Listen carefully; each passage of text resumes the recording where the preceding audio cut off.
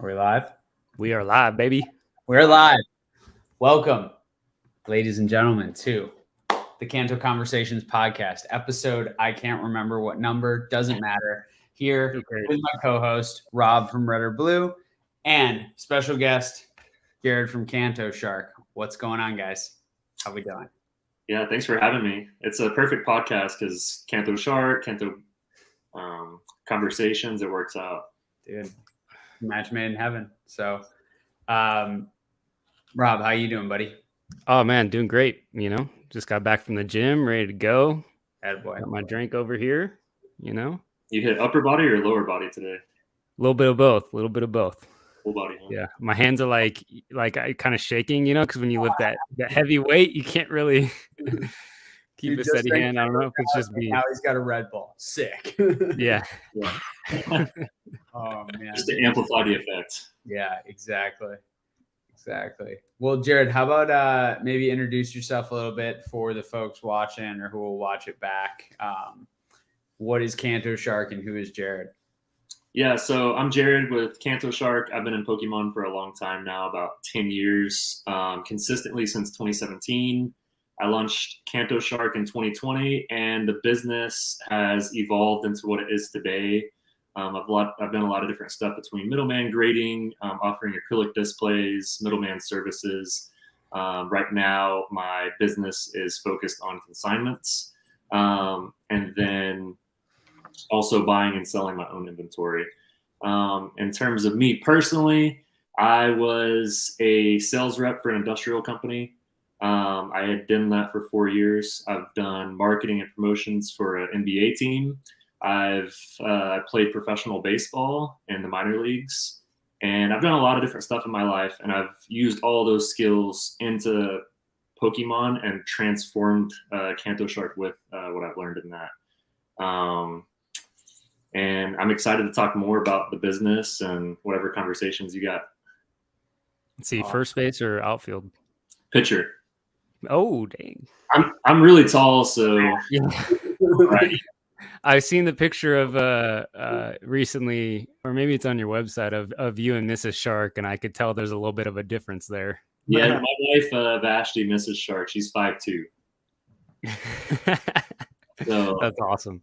Yeah, I'm like the VMAX version. She's just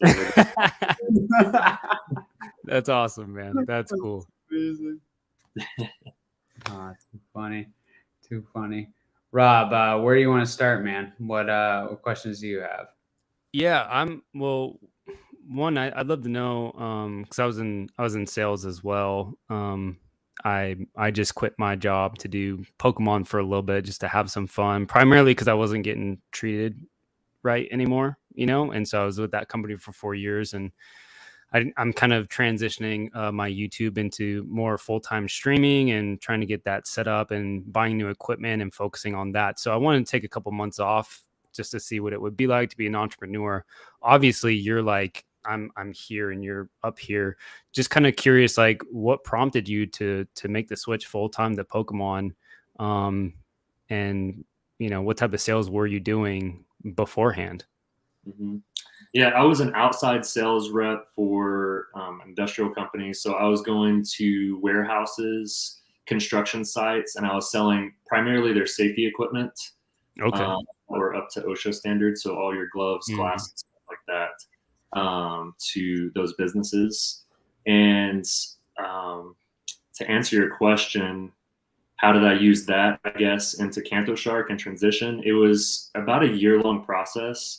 I didn't expect for Kanto Shark to be able to even be a full-time income. It was really just a hobby, having fun for a long time. Right. Mm. And then I was like, it just progressively and organically grew. But about a year ago, I told my wife, Vashti, I was like, all right, Kanto Shark's growing tremendously. I have a plan, and let's just see where it goes. And each step, it just continued. I get affirmation after confirmation of, all right, this is the right thing to do. It's growing, it's scaling. And when I would hit a speed bump, I would just take a new route and try to learn from my mistakes and continue going from there. When I started Kanto Shark, I had started selling display cases, and the rut that I ran into was quality control. They're scratched, damaged. When I'd ship it to customers, I would have to ship replacements because they weren't being delivered how I received them. And the reason I say all that is because I hit major bump after major bump. And I think what helped me was I was able to shift gears every time I hit a rut. Every time I hit just a wall or a big failure, or I got a big inventory order and it was completely damaged and I lost all of that. I was able to transition and find the right sector of business that I was happy doing, and that was successful. So I think everyone has their niche, and I found mine. And for the people living under a rock, would you explain to some of those people what that looks like for you? In terms of like business or like being full-time, or what do you mean? Yeah, your niche, like what you do in the hobby, just in case you're brand new. Yeah, if you're brand new, my business is around consignments. If you have trouble selling your cards, you don't know how to sell your cards, you don't know the best possible way, you don't want to take any risks of having any returns, any back charges, or you just don't want to do the work and you have too much inventory, then you can sign your cards through me. I sell it for you and I take a fee. Everyone can do that through eBay. Everyone can do that through other auction houses. I'm another option that's integrated into the community where I'm actively communicating with people on Instagram, which is a big opening for sales. A lot of businesses are operating through their website, through other platforms, but there's no businesses directly focused on Instagram users. And I feel like that's an untapped market. So if you're listening for the first time, Kanto Shark, if you need help selling cards, there's a way to do it. And it's strictly Pokemon cards, and it's strictly through Kanto Shark. Little plug there. Yeah. So take me through that. Like, let's say I'm, actually potentially thinking about sending a card to you. So let's say that I have a card, and what would the process look like if I were to do that? Mm-hmm. Well, what you would do first is you would go to kantoshark.com. And what I have there is the process. There's 4 steps, which is you'll read through our protections for the customer. You'll print out our form and you'll fill it out, and you're going to mail it with your cards to me. Once I receive it, then I'm going to email you a confirmation that I received your cards. They're going to go into our new vault, which maybe I'll show you all that tonight. Maybe I won't. I don't know yet. Oh, interesting. And then they will be listed in our next sale. Again, it's only graded Pokemon cards, sealed product. I don't want to deal with raw, and I'm only confident in Pokemon. I don't want to move into other TCGs. I don't want to sell something that I'm not knowledgeable about. I just don't feel right about that. And then they will be listed in our next sale. If they happen to not sell, then I just ask that you pay shipping back to you.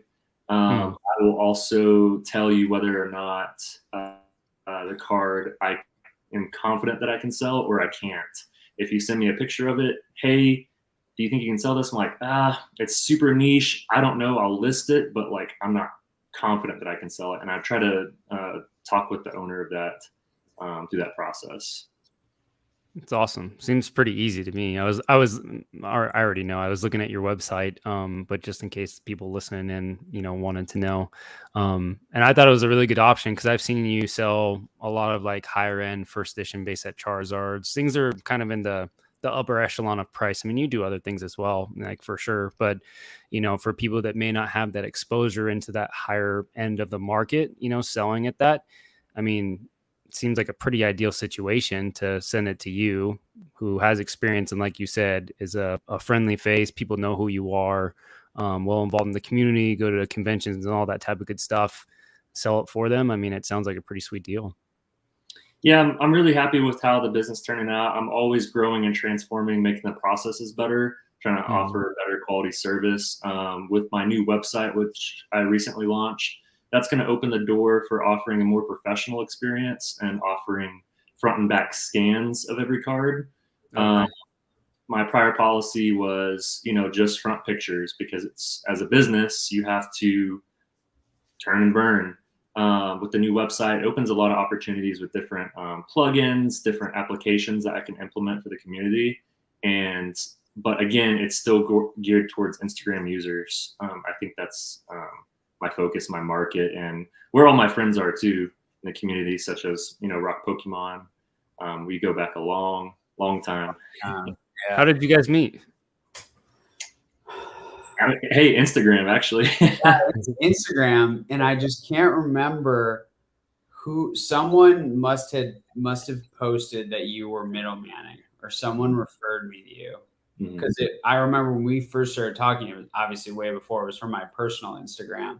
Yeah, I'm trying to think of who referred me to you, because I wanted to work with all 3 grading companies, and I didn't want to have to send to all 3 grading companies. So, and it was like getting nutso. So I just wanted to work with someone who could do that for me. And the biggest reason was because you live super close to Beckett, and I'm a Beckett guy. So I was like, perfect. It doesn't have to be double shipped. He can frickin' drive him down the street. That was the hook. And then I was in. So, and it's obviously grown so much from there. And your following has exploded since then. Do you think that you are now in a better position, maybe even than like 6 months ago, to sell a wider variety of like Pokemon items? Like I remember before, I think at the beginning, like your niche was really probably like more like English WOTC, right? Mm-hmm. Now, like, do you feel more comfortable, like me as a Japanese collector, like folks, do you think you'll end up starting to get into like trophy cards and trying to help sell some of those for people? Or like where do you still see the majority of your following wanting to buy? What kind of like part of the hobby? I look at it I look at who's following me. I look at who I follow and what they're posting most of, what people are enjoying collecting. And I want that to be my focus. Mm-hmm. So to answer your question, I have seen a tremendous growth in what I would accept on consignment, because I get a lot of requests, and when I get continually requested, hey, are you going to have more Japanese, then at some point I have to listen from a business standpoint. All right, my following is really wanting Japanese. I need to actually listen to that and make a shift and start learning Japanese. So that's kind of my mindset of, if I hear it enough, I'm like, all right, I got to learn about it before I'm going to accept it fully. Mm-hmm. I have sold some Japanese, as you say, or originally I didn't sell any sealed product, but I'm like, all right, I need to learn more about sealed. I need to learn more about that. All right, now I can start selling it. So you might have seen that I started selling sealed product as of the last couple months. Well, that was a door that I opened that I didn't originally have open. Interesting. Yeah, and obviously that's huge, especially now. I mean, there's just so many more sealed collectors than there were even a couple of years ago, right? So do you find yourself trying to source? I know you're doing box breaks now. Are you trying to source that from your following as well? Like, do you find yourself like wanting to buy things that come in the door, like kind of broadly? How do you manage that? Like, because also you're a collector, right? So how do you kind of not mix those things and stay disciplined That's a great question. Guys, there's no perfect answer. I have definitely purchased. I contact people that can sign through me. I'm like, listen, I want to personally buy this. I cannot list this. Like, I have to buy it. Let's work it out. And I mean, that's a great benefit. But I also, you don't want it to get, sticky or confusing when you do that. You want to keep it, keep the integrity and the honesty. What was your second question, your follow-up question? It was, oh, well, that was more like broadly. And then I guess like, so not like mixing your collecting with your business, but also like, are you, as you move, like maybe talk a little bit about like what else you're doing outside of consignment, like with box breaks and other things, and how you're trying to kind of put all the pieces together. Like where you talked a lot about how you've adapted, right? You used to middleman cards, for example, right? That's where our relationship started. Actually, what started with, like Brett said, my buddy showed me your physical displays. That was how I first got in touch with you. And so obviously things have shifted, right? Now you do the Kanto Shark sleeves and things like that, and kind of the grading kits. So what does that evolution kind of look like? Where do you see it kind of going, or are you just like really willing to be malleable, or do you have like a kind of a defined like 1, 3, 5 year, goals and plans of, I guess, your like wish list of where it would go, or kind of where do you see things growing from a brand standpoint while being able to stay in your niche? Sure. Let me hold off 1 second. I need to plug in my laptop here. Go for it. Mm-hmm. Probably should do that too.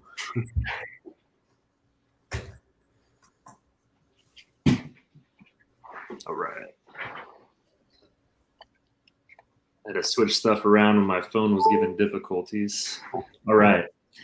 In terms of box breaks, that was a recent new sector that I launched. I saw a need of it was kind of selfish, fun, and I wanted to have some fun breaking boxes. And I think that everyone can do that. And it's a really fun part of the community where I was always buying into other people's box breaks, and I wanted the experience of breaking my own boxes. So from a business standpoint, yeah, you want to be profitable, but it's more geared towards just experience and helping build a community, which is the most important part of this hobby. That's the most important part of business, which is just having a community where people feel that they can come back to, they can talk with. That's what really has grown my business. In terms of sourcing boxes, yeah, through my following. We got a couple boxes lined up, like Team Up. I want to appeal to everyone. So I'm doing more of I say lower end, but Team Up is still almost $1,000, but lower end, modern boxes, as well as WOTC boxes, EX boxes. I want there to be a good mixture. I am sourcing them strictly through Instagram. I pretty much never buy. I have a couple already lined up, but I don't buy through eBay. Not that I'm against it, but I have certain people that I trust with sealed. So I always recommend buying, especially a sealed, someone that you already know and have done business with before. Yeah. And then in terms of the business and where it's going and shark sleeves, shark sleeves, I want on Target shelves in 5 years. I'm going to hit it in a year. That's my goal. I'm perfecting the product. There's a couple of changes coming to it that I was getting feedback on, and I'm like, you know what? You're right. So a couple of changes on that, nothing drastic, but really perfecting it, and then really just knocking on Target's door. That's my big goal, because when you walk in Target, people want to not have to know which size of sleeves to buy, which card holders to buy, what brand. Like, all right, here's a kit, has everything you need. And Target right now, at least the ones that are local to me, don't have that option. So there's a need there, and I want to fill that.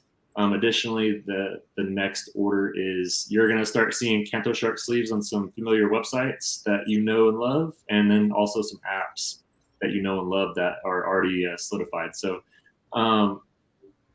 just growing and expanding to as many shops as possible, but a controlled scale. You can't scale too quickly, or as a shark, you eat yourself, So. Totally. Are you doing any paid advertising right now for those collectors? Yeah, that's a good question.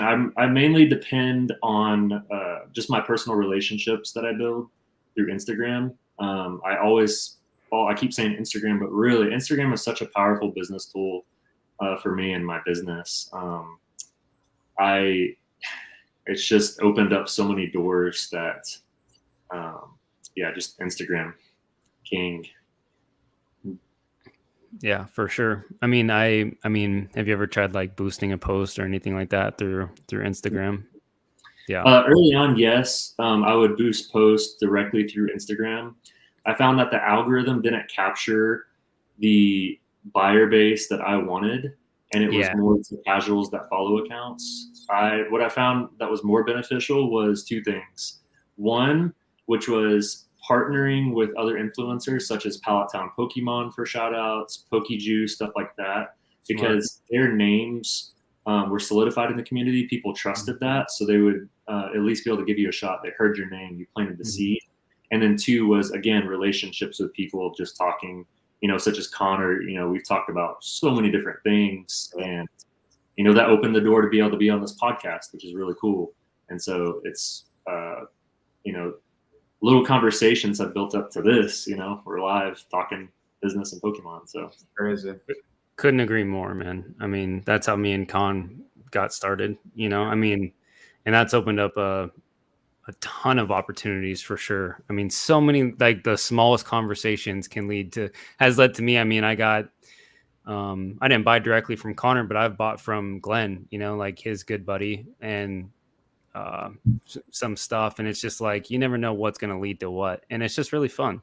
You know what I mean? It's fun having like just little back and forth, little text, like, look at this, check this out. And then it just kind of develops into something more. And it's like, hey, did you see this? Hey, this guy has this. And, definitely has helped me like get, not only like my brand out there, but just meet more people, have some more fun, and a lot of opportunities for sure. That's cool, man. Yeah. Connor and I go way back, making fun of grading companies and their ways. We've had some great conversations. BGS coming soon, baby. Yeah, coming soon, 2 years in a row. It's unbelievable, man. It's actually crazy. But going off, piggybacking off what you just said, Pokemon has really opened up, and Kanto Shark has opened up to meet really awesome people that I would never have met from all walks of life. I'm down in Texas, Southern hospitality. I'm not a cowboy, but like down here, burning up. And, I meet people from New York, just completely different walk of life, people from California that I would have never met that are way different than me, but we all can get along over cardboard, which is the craziest thing. Yeah. That's why I like selling so much. Like, that's why I like even like grading cards with the specific intent to sell them. It's not really like, yeah, like the money's cool, but like, it has broadened my scope and how many people I've come in contact with just because of putting stuff out there on various platforms, Discords, eBay, Mercari, like the amount of people that have all funneled to IG and now built a following on, and like where I have a smaller following obviously than you guys, but I feel like it's fairly engaged, which is super exciting to me. And it's like it's become more engaged over time because these people are following me with the intent of actually interacting with me, not just because my photos are garbage. Like, it's like I like taking pictures of the potato. Like, it doesn't matter. Like, it's cool stuff, but whatever. And like, it's just about like how many people I've been able to connect with because of that and do business with outside of this. I interviewed someone today for a job that I met through the hobby, like through Instagram for my actual business. Like, it's just incredible how many opportunities that this hobby has created and how, like, as we all know, like just the explosive nature of nostalgic collectibles over the past couple of years, what it's done to like really change the way people have connected. For people like me who like never really got to talk to people about this before and just kind of did it myself and pretended like I didn't, on the outside. So I never thought I would have a social media presence like this ever.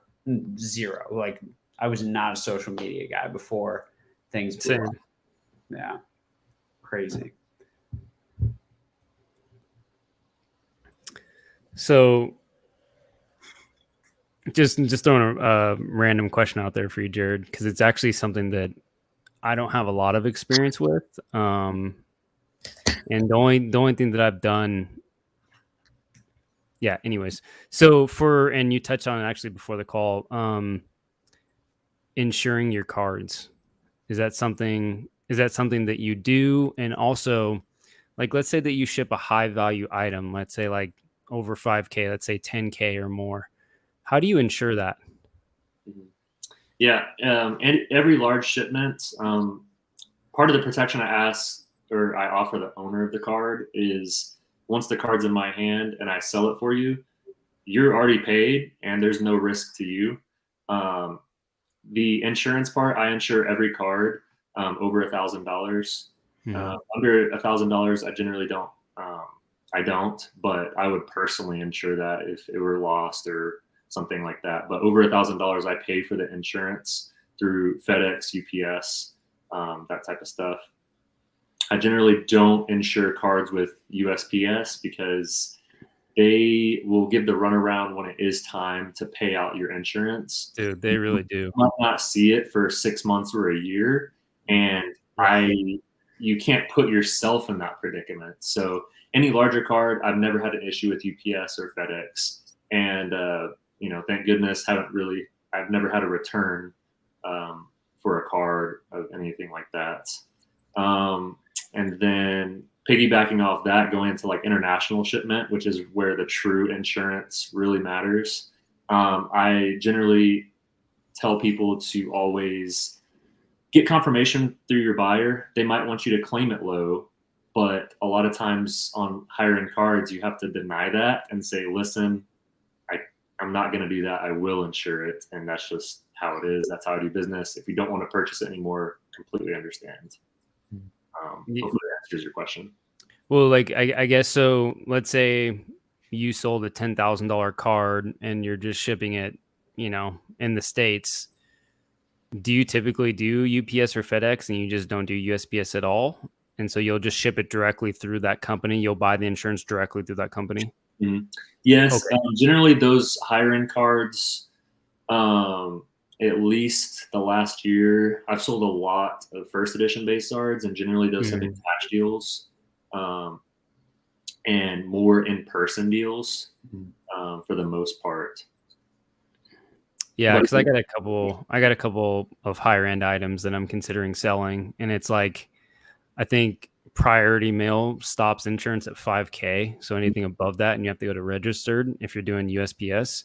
And I've done it before, and it's fine. But I was just curious if there's like a way, if there's anything out there that's like, I don't know, easy for higher ticket items. Because I think I heard like somebody, one of the Poke podcasters, talking about they don't like to do registered mail. They haven't done it in a while, and they kind of have their own methods. But I'm just kind of curious with that, since I know that you have done a lot of bigger ticket, sales. I don't personally use this service, but there's a Pokemon specific business insurance or individual insurance, whoever there's a need. And one of their services is that they protect individual shipments. So not necessarily just your collection, but you can buy insurance through them for your shipments up to a certain amount. Yeah, it's like umbrella coverage, so that when you're traveling or when your items are in transit, it covers all of that. Mm-hmm. Yeah. That makes sense. Which, that type of business I think is ideal, because your general insurance companies, not an expert by any means, but they don't understand that cards fluctuate in value. Right. It's not just the market cash value. It's, hey, I bought this for 400. It's not worth 400 anymore. It's worth $4,000, or in Pokemon, $40,000. The way the market's been. I don't personally use it, so I don't want to say, all right, do that. But I do think it's a growing option that I think more businesses will begin to start using that, myself included. A good guy to ask about that's Dan in the chat. Ketchum All Collectibles. Yes, Dan's the man. He knows a lot about that stuff. Dan lives about an hour and a half, 2 hours from me.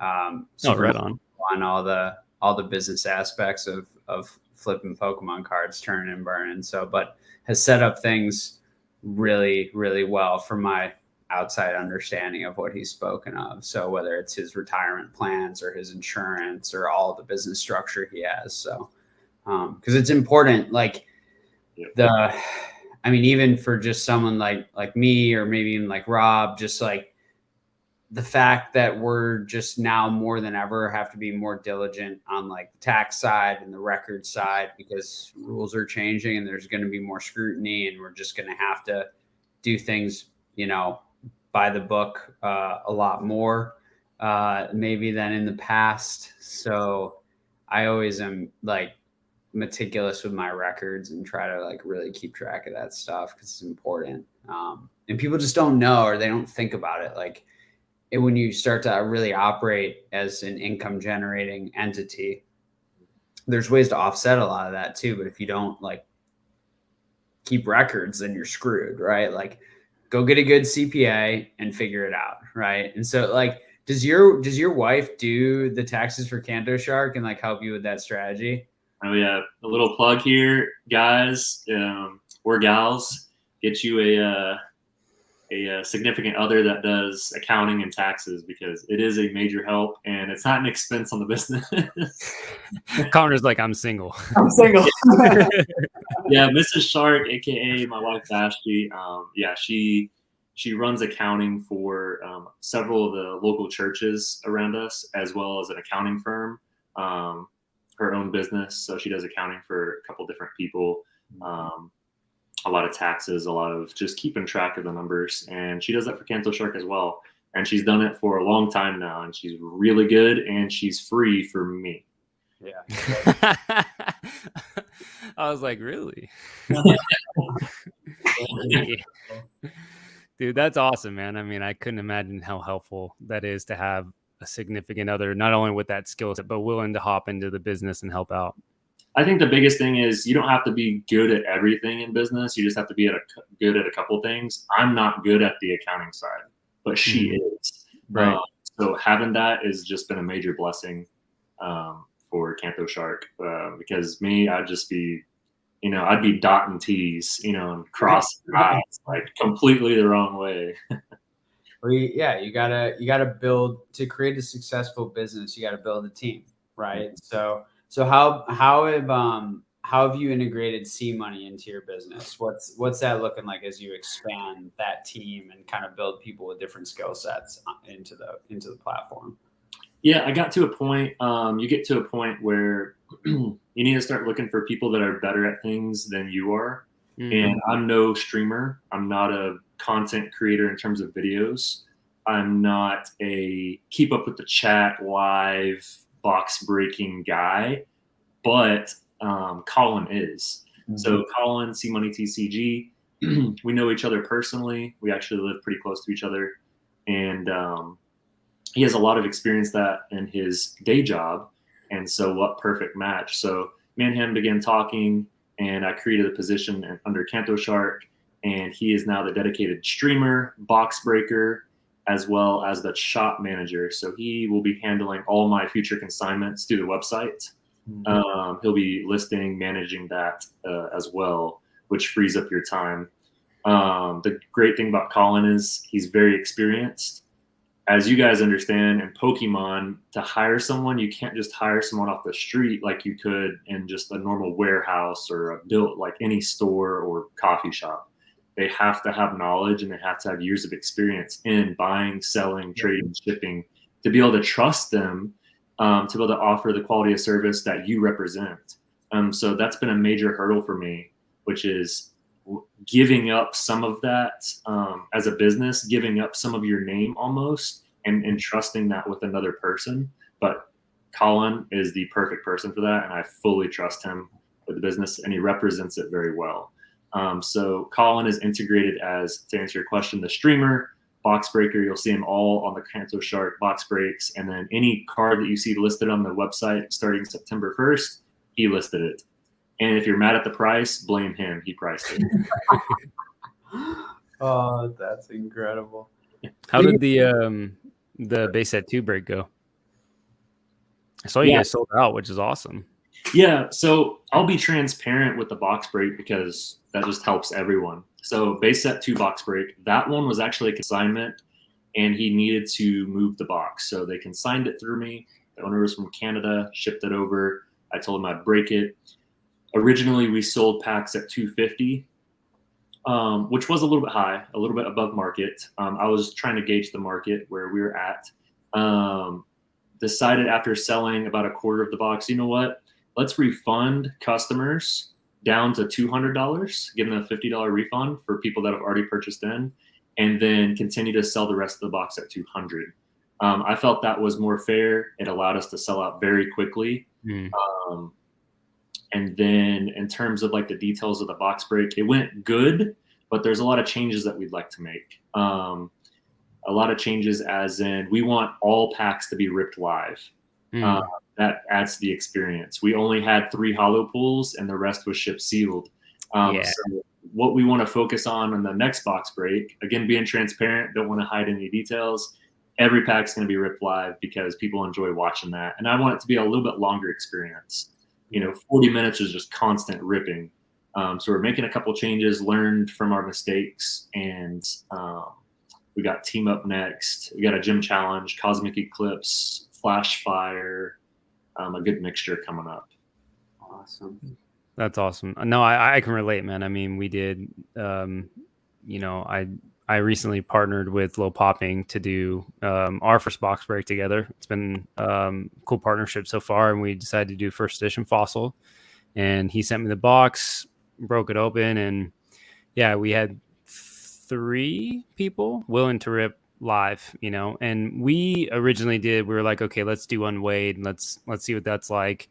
Wasn't a whole lot of interest, and so we switched to lights and heavies, and immediately it started selling rapidly, and so and I think we sold 10 of the heavies, 3 of them ripped live, and then one of the guys actually traded Low Popping for his 5 heavies for something else, and so got a couple heavies back on the market again, but it would be great to just rip it all, and like to have that business model, kind of like the Poker Rev, where people just come in, get to see the cards, because as like the breaker, you want to pull those big cards in the box that are potentially there. And if you're shipping any sealed, like, we get it, they're sealed collectors. Connor's a sealed collector, I'm a sealed collector. It's like I have to respect that if they want it shipped sealed, but like, for the community, for the people, like, we want to rip it open. We want to have fun. We want to experience those cards together. So I definitely, I hope that you can get to that, benchmark where you're ripping vintage and everyone's ripped live, because I feel like it's tough to get to that point, Mm-hmm. Yeah, it most definitely is. It's really, I told Colin, we try to talk once a week. We meet once a week, whether video or in person, and just the steps of, hey, we're starting here. It'll be a slow progression of learning and getting better. But yeah, that's awesome, man. Yeah, I ran into that this week where I had like some packs set aside that I wanted to rip live on YouTube, and it just, like, I don't know, I could have like waited probably till the end of the year. Seasonality time would have been better, but some guy just wanted to buy them, and I was like, well, I'm just going to sell them for whatever it was, a slight markup, because I'm shipping them to you sealed. And I just like did the deal. But that's why, like, I play in the lower end, obviously, but I pre-sell all my breaks and everything gets ripped. Like, I'll send you everything if you want it, but everything gets ripped. I just think it's way more of a fun experience for everyone.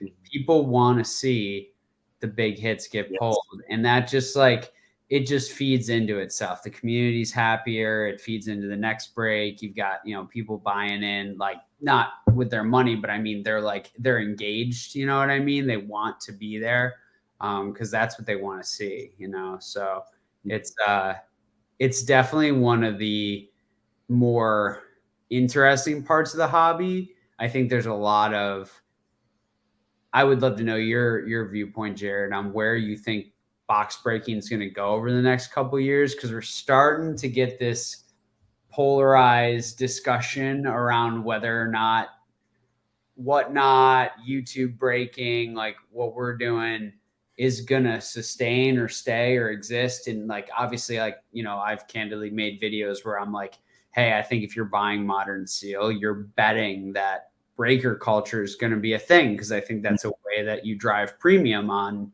hyper modern product, is in 5 years, people are going to want to rip it open. So I'm curious where you think that's going to go. Like, are you trying to, like, kind of not take advantage of, but strike while the iron's hot? And do you see that kind of changing over time, or what does that look like as you kind of view the hobby?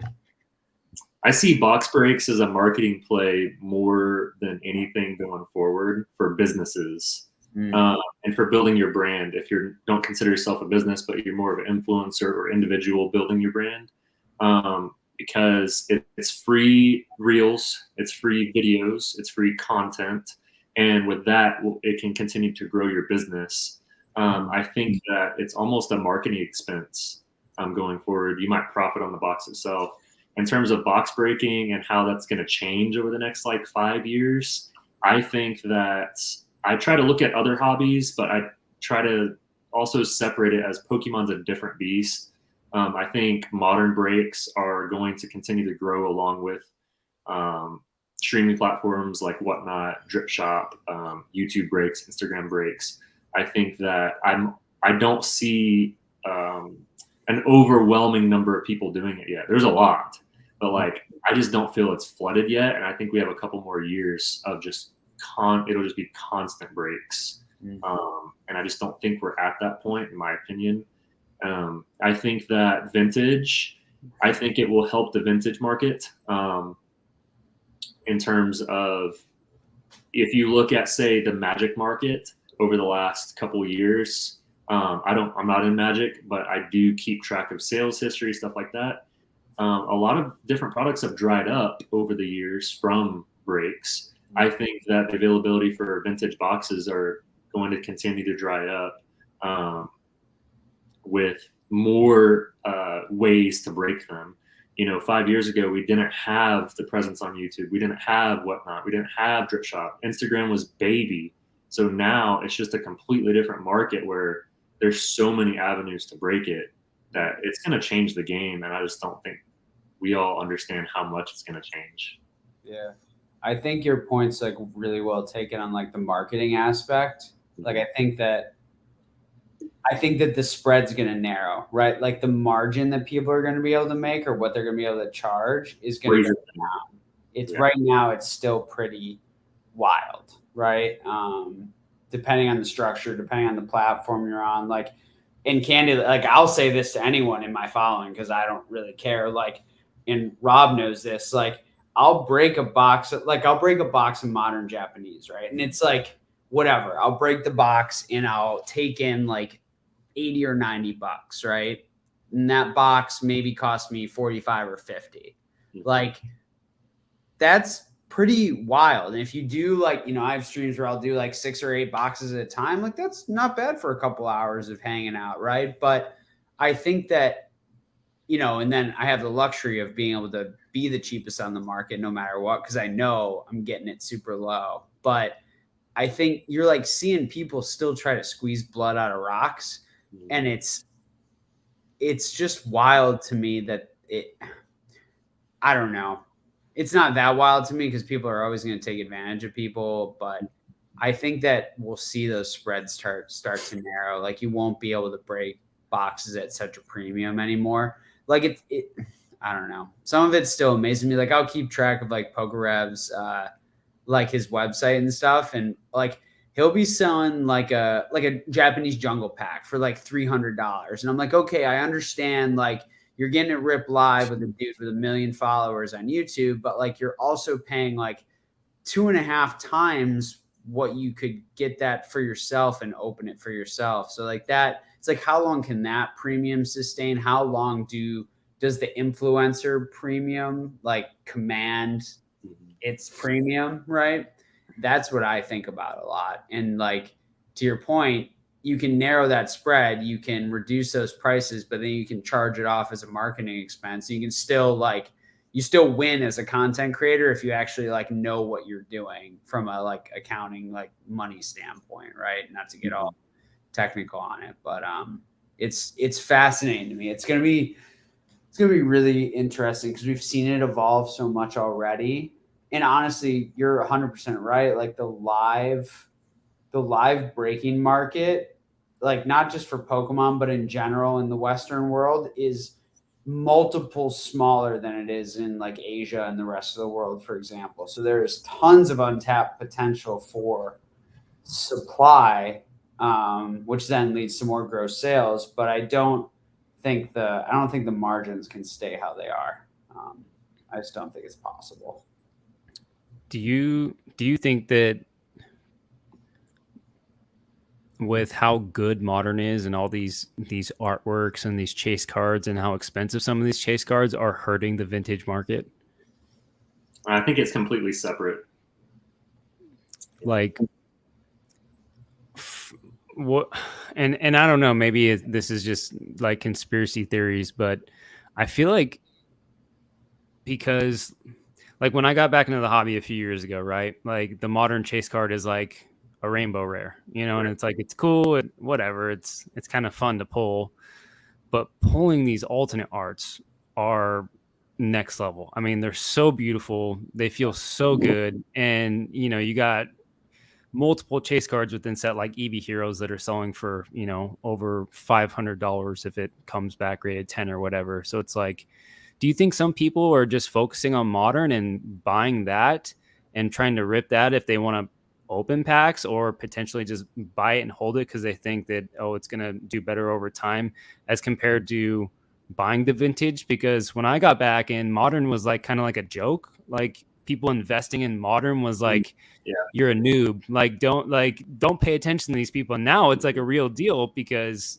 I feel like it's kind of changed. The market has changed a bit, and I've just seen like a decline on, I wouldn't say all of vintage, but a lot of it I have seen a decline on, yet modern has gone up, you know, and a lot of like interest in modern has really gone up. And if you look at all these Poke Podcast channels, I don't see really a lot of them talking too much vintage. It's all modern. It's all speculating and talking about it. So I don't know. It was just a thought that I kind of had the other day. Like, are these modern alternate arts where how beautiful they are, like actually impacting the vintage market at all? I don't know. Yeah, I think there's been a shift in the Pokemon culture between vintage and modern over the boom, because prior to 2020, as you said, modern was a joke. Exactly. I viewed it as that as well, as just a younger, you know, investor slash collector, you know, closet collector type person. And there's a shift. And I think modern now is investable. I think it's the least risk in the sense of you don't have to put up a large amount. And the demand is high enough right now where there is liquidity. I think that it's a lot less risky than vintage right now. I know that there's a sales history of 20 years for vintage Pokemon products, but right now, as you said, the demand is with modern, and there is a culture shift, and it is investable. The margins are there with modern tremendously right now. I would argue that it's easier to move modern right now than it is vintage. Yeah, and it's like for me, like with the Eevee Heroes reprint, I'm finding that I'm selling some vintage to buy that modern. Yeah, that was not a thing before. You know, it's like well, it's a lot easier for an item to go from $100 to $200 than it is from $2,000 to $4,000. You know, it's just the margin's the same, but it's just that's just the way it is. So I think there's a lot of opportunity with that. I've seen a lot of growth myself, but there's always been opportunities in modern, but just a lot of people didn't pay too much attention to it the last 5 years, I would say. Mm-hmm. But now it's changed. It's different now. It's different. Yeah. It's like you said, it's definitely there's a shift, for sure. And it's like I definitely was, for a long time, buying, holding for a little bit, and then selling, and then buying more vintage, and just kind of repeating that cycle. And now I'm finding myself kind of really diversifying a lot. And it's like this stuff that I'd be selling normally, I'd just be buying vintage again. And yet I'm like, man, I'm looking at stuff that I would buy or whatever, and I'm looking at comps and sales price, and I'm like, man, a lot of vintage hasn't moved, or it's gone down, and I don't know. It's just something to think about. Absolutely. I think that there's a lot of people holding on to a lot of vintage, which I don't know where that's going to go. Just this week, I did a deal. I posted on my Instagram story. It was $18,000 worth of modern product that I had traded for a first edition Charizard first edition base. And the owner of the modern product had just continually purchased a house full of modern product, and he was ready to move it into vintage. So I think there's a lot of people out there like that, and I don't know how that's going to affect the market. There is a lot of modern product. So that's another topic. I don't know how it's gonna play out, because in the past we didn't have, like what Connor was saying, we didn't have Drip Shop, we didn't have Instagram Live, YouTube, whatnot. We didn't have that, so it's gonna be completely different than 5 years ago, like in 2017. Mm-hmm. Yeah, for sure. It's funny how complicated it is. It is. There's so many factors. How many more? Yeah. Then and imagine being a person who was not part of this hobby and just trying to enter in like the deep end. Like it's a tangled mess, honestly. Yeah. That's an amazing amount of modern product. Now, at the same time, there's an immense amount, I think, in my humble opinion, still sealed vintage product out there. I think there is way more WOTC product than people estimate, which creates its own problem as well, or potential issue as well, right? But I think that this is an interesting question, because I think we should maybe like clarify what we're talking about. And Obi was just asking about like buying the single versus ripping, and so how like that collector or chase mentality kind of is going to drive into the market as far as a demand for modern. I don't know. I think that obviously it's like generally the smarter fiscal choice. Oh yeah. But people are irrational and will always be irrational and emotional and want an experience and seeking a thrill and seeking that endorphin rush. So it's like, yeah, but easier said than done, right? Like I spent $500 on Whatnot today on like a middle of the day walk facing a Weiss ST. Like I obviously could have gone and bought the $100 SP, but I felt like ripping 6 boxes because I had never opened the set and before. Not pulling it. Yeah. Yeah. It's like, whatever. So like, great. I just burned money. And like, I think I'm a fairly like rational, educated person, but I still want to do that sometimes. Right. So I think it's like, don't underestimate the human condition, right? Like don't underestimate how foolish we can be. And how that's going to play. And that's what I would say. That's why I think Whatnot will always be a thing. They've been tremendous in capturing investment money and then pouring it back into their marketing and growing. I mean, I'm really impressed by the ownership, the decision-making of Whatnot. Yeah. But going into it, I think Whatnot will continue to grow. It's the 2020, 2021 QVC. It's the young, hip, cool way that our generation makes purchases. Mm-hmm. I know we had touched on that earlier, but just want to plug that. I think part of that is like people don't realize too, like they'll talk about Whatnot as a platform and like Pokemon, the bubble bursting and platforms like that failing. And I'm like, do y'all realize like my friends who buy vintage clothes who know nothing about TCGs, just know I have like an Instagram, or like, hey, have you heard of this thing called Whatnot? Like I get really cool vintage clothes on there. And I'm like, yeah. I've heard of Whatnot. But like the amount of like a huge part of what they're doing with the amount of money they've raised is building an expansive team that can drive them into more categories than we could ever think of. Like we get so narrow focused, and we're like, it's a card opening platform. I'm like, it's not a box breaking freaking platform. It is a live buying experience that runs across so many different, industries or verticals or collectibles or whatever. And that's how it like exists worldwide. And you're right. It's the, like my grandma, when I was a kid at, 11 o'clock at night watching freaking QVC and infomercials, wanting to buy stuff, or we can find a broom that vacuums too. Like, and they would buy it, and we buy it because it's marketing, and we're stupid, and that's how they get you. And summary of the podcast: buyers are stupid.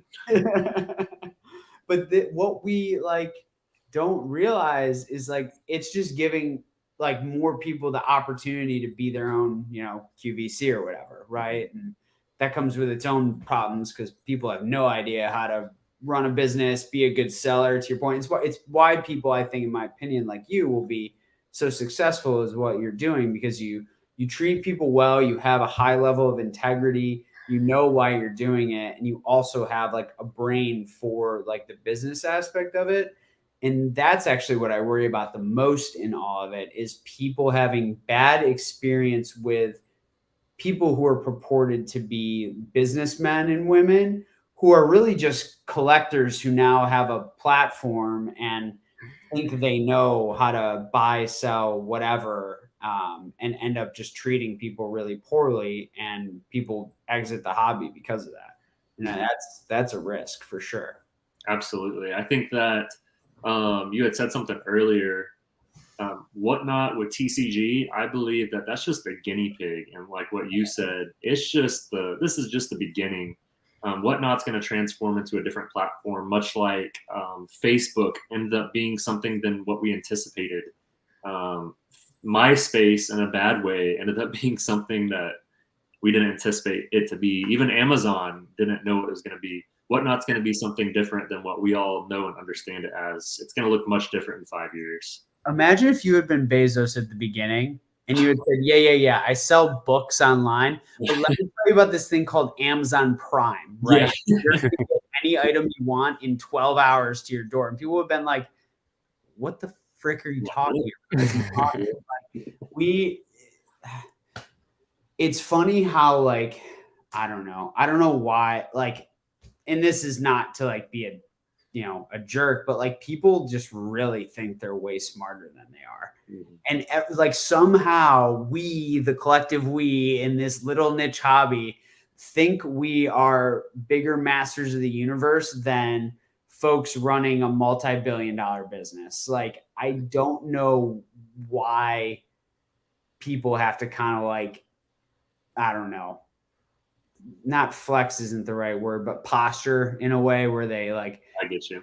It's just odd. Like, it's just, I don't know.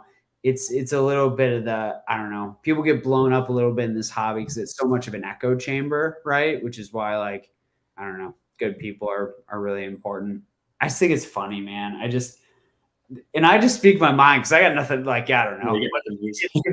If I lost all of it tomorrow, it doesn't really matter. So, like, why would I hold back? I just think it's like quite interesting, to be honest, the personalities we have, right? Mm-hmm. So well, I think it's in a bull market, what we've seen in the last 2 years, it's really easy to be an expert because naturally when you get some big sales and you're making the right moves, every move was a right move the last couple of years up until about, I don't know, 6 months, a year ago, whatever it was. So that can build your confidence, which is good. Don't get me wrong. You got to have a happy arrogance about yourself to be successful. Mm-hmm. You just don't be a jerk about it. But everyone made the right moves. If you didn't, like, not that it's about the money, but if you didn't make money the last 2 years in Pokemon, then I just don't know what you're doing. Like, you were in the hobby. Like, everyone made money. Everyone did. Yeah. The knowledge barrier was so low. Yeah, it was. Oh. So I think that plays into why people think they're experts. Because once you make a couple good moves, you're like, oh, I'm on top of the world. Like, I always joke with Vashti, if one guy gets one compliment or makes one good move, he thinks he's just the absolute shark. You know what I mean? And that's just how we are as people. But I think we'll see less of that going forward, actually, that mentality, as it continues to cool down and we're in a more stable market, which is healthy and awesome. Yeah. And more enjoyable to be a part of. This is way better. Yeah. Friggin' 18 months ago, it was so stressful. Yeah. And it, like, it just, like, there were so many bad things. It was chaotic. There were some good things, but it was like some of the biggest anxieties were like having to sell things you didn't want to sell because you felt like you had to, right? Or I felt like I had to, right? Because it was irresponsible not to. That was one of the hardest things as a guy who just likes to collect stuff, like, or just things getting out of control for your PC. I mean, dude, there's guys in the hobby, content creators, I'm not going to name names, that FOMO'd into buying certain collection goals at way high prices that have dropped way significantly lower. So it's like, I feel like because it moves so fast, it hits so hard that it's like, we didn't really know what to do. You know, a lot of people were, it was just, like I said, it was just kind of chaotic. And like, you were selling stuff, you were trying to buy stuff. You didn't really know where the shoe was going to drop or how far or how much. And you had guys like, I remember Jake was just like, throughout the whole thing, he was like, it can't go up forever. you know, but it kept going up and up and up. And I kept watching his videos, and it's like, okay, I'm getting proven wrong here because it's continuing to go up, but he's like, it can't go up forever. And it's just like, I definitely bought into it. Well, it's not going to fall as hard as it did. I thought that it would be a more gradual fall, but a lot of things, I mean, they just went off a cliff, you know? Yeah. So yeah, man, it was some crazy times for sure. Yeah. Financial background helped for me because a student of markets, it translates across markets, right? So, and all of us collectively from this experience are going to very much be able to take advantage of future situations that happen in whether it's the stock market or real estate or collectibles. It doesn't matter, because having watched this acute period, hopefully you have learned, the collective us have learned something from what has happened here. Yeah. And even if you made major mistakes during this boom period, you learn from them and you hopefully can recover from them, but also like execute correctly when the next thing comes around, and whatever it is, crypto, stocks, real estate, you know, you name it, freaking crazy bones. I don't know what's going to be next, man. What's one of your biggest mistakes you've made in the hobby, Jarrod? If you're willing to share, I mean, don't feel the pressure to, but me and Connor have spilled our guts on, you know, some big mistakes that we've made. That's a great question. I can name a couple mistakes. I don't know about the biggest. Sure. I try to always learn from them. You know, it was from shipping, international shipments, getting burned on those, not handling those correctly. I always recommend new buyers to always ask somebody if you've never shipped out of the country before to do that. I've been burned on selling vintage packs, high-end slabs early on before I was a business. I'm trying to think of a really good one, a good juicy one to share. I don't think I've had any blowouts, but I've had a lot of mini failures. I consider them mini. I don't let scams, or I don't let stuff like that block me from just continuing on in the hobby. But that's because I had been in the hobby a long time and knew what to expect, and my experience. Going back to what Connor was saying about your experience in finance, I really enjoyed your write-ups on finance during the hype of Pokemon, because it directly translated to what was occurring. And I think that, I just want to plug this in there, I think that should be a thing again. I'm just saying, like, you know, the blogs. I wanted to say that.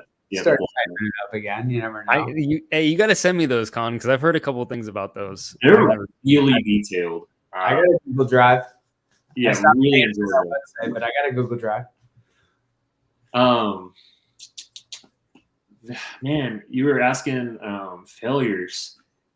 I promise I'm not perfect. I've made plenty of failures that taught me. Like, I've made a ton. Talk about like why you stopped middlemanning for grading companies. What happened like through that process? Okay, so the reason I stopped middlemanning for grading companies is a couple things. One is because I couldn't offer the quality of service. It felt I was letting my customers down because, one, it was a long backlog, and not that it is, but it feels as the person submitting that it's on you, and that it's your fault.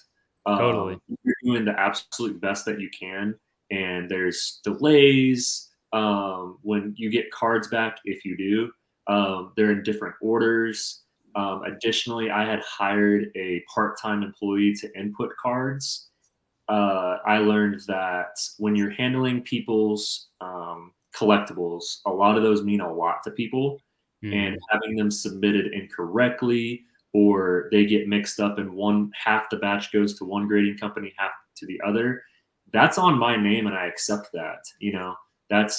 I take that as my fault because I hired that person. So I think Connor brings up a great point. Probably my biggest failure in the hobby was opening the grading service but it was also a big learning experience. I closed the grading service because cards were getting mixed up. Cards were going off to the wrong grading company. Cards were mischarged. It was a tornado of just lots of mini problems that added up. And I didn't like how it made me feel as a person trying to offer what I could. So I stopped accepting cards about a year ago. And now I'm trying to transition to getting all the cards to the people, tying up loose ends, getting everything out the door, and just completely wiping my hands. I don't want to tell people what to do, but please, please, please don't grow into a mass grading service, because it's really hard to scale, because you have to trust the people that you hire. And if you hire the wrong people, that can really bite you and your brand in the butt. And you have to figure out, it's really hard to figure out tying whose cards go to who. Yeah. Also, you didn't submit it. And then, but that's on you. Like, that's your fault. So figuring that out, just as a person, not just business aside, just as a person, I didn't like how it made me feel. No, I totally get it. I mean, when I sent my cards, when I first started doing it, I would send it to Rusty, and he would do it through PSA. I don't think he does that anymore either.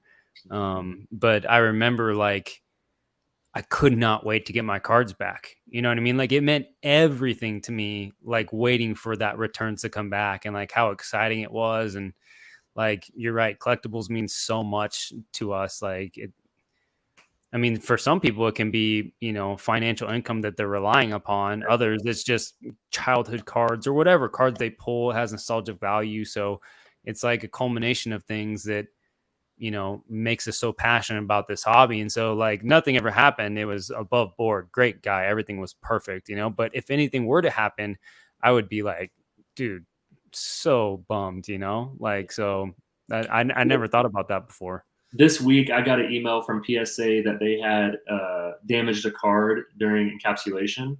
And so, and they're offering a refund, and that's great, but like, that's somebody's card, and it wasn't a super pricey card, but that could mean something to them. So I don't know which customer it is yet. I'll see when I get it back.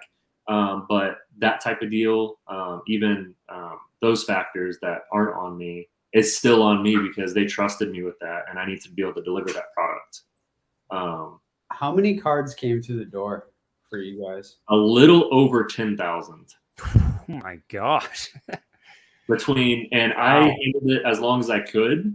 Then I hired somebody. And so, as you see, you have to scale to be able to take on that volume and keep it going. You don't want to just stop it, but then, it was good or bad. I cannot even imagine the grading fees. Oh my God. That's a lot of cards. So what happened to get to that point? I mean, did it just happen all at once, or was it like very gradual, or did it happen really rapidly? I didn't realize there was an issue as I was not submitting the majority of them until some CGC orders started coming back, because CGC was pretty good at getting it back to you in a reasonable manner, even during the backlog. But once they started rolling back and some of the orders were sent to PSA instead of CGC and vice versa, that's when it started dawning on me, there's some mistakes. And that's not just one or two. It's understandable if there's just a couple mistakes here and there, but there's a lot of mistakes. I'm like, all right, I got to start tying up loose ends. I got to close this and make it right with everybody. So it was a gradual thing. And then I was like, all right, we can't accept cards anymore. That was the first step. And then 2 was, let's get everyone's cards back and just close it entirely and never open again. How much backlog do you think you still have, like, estimate out of those 10,000? I have around 6 more PSA subs that are in the same grading stage as the cards that I sent last month, which is grading. I have another 5 to 10 BGS subs, and of course CGC is completely caught up. Yeah. So I love me some CGC. I do too. They've grown on me a lot. I like them a lot. They're not. It's not. It's like Beckett Jr. In my opinion, right? Like, it's pretty. Similar quality of like product, right? you know, nice and clear cases. You know, I know you're all about that. Like I mean, they've been doing comics forever, so it was pretty natural. I brought that up kind of because Ancient Mew was asking, and I kind of answered in the chat, but you know, binder collector and then wants to grade some doubles, not in a hurry to sell them. Where do you send them? My take is you just wait to see where grading fees go. Like if they're for you, just grade them with whichever company you like better if you don't really care about the resale value. If you care about the resale value, wait. If you want to sell for sure, still probably wait if you don't need to sell now, you know. I know for me, like I like to have inventory now, like I said, because it's fun. So like I just go to CGC because I know it's going to be done in 3 weeks and it's back in my hands. So I'm willing to take the 20% hit on the value just to churn and have fun and see what I can do, you know. So that's my take. Yeah, I think you're spot on. Waiting to see where PSA ends up. I think CGC, there's a good opportunity for cards, say not this exact number, but cards say under $50 or maybe $75. I find sell at PSA prices, but the higher you go in terms of sale value, the more it separates from PSA is what I'm seeing, at least with my consignment inventory and my personal inventory. And then, yes, what grading service would you guys recommend, CGC or PSA? Just as Connor said, I agree with Connor. Who do you like the most? A lot of people like to match blues with CGC and cool black or red cards with PSA. I do the same thing. I've got these. I started opening some Akora, and like these, for example, are gonna look crazy good in a CGC slab. Like it's gonna be the color.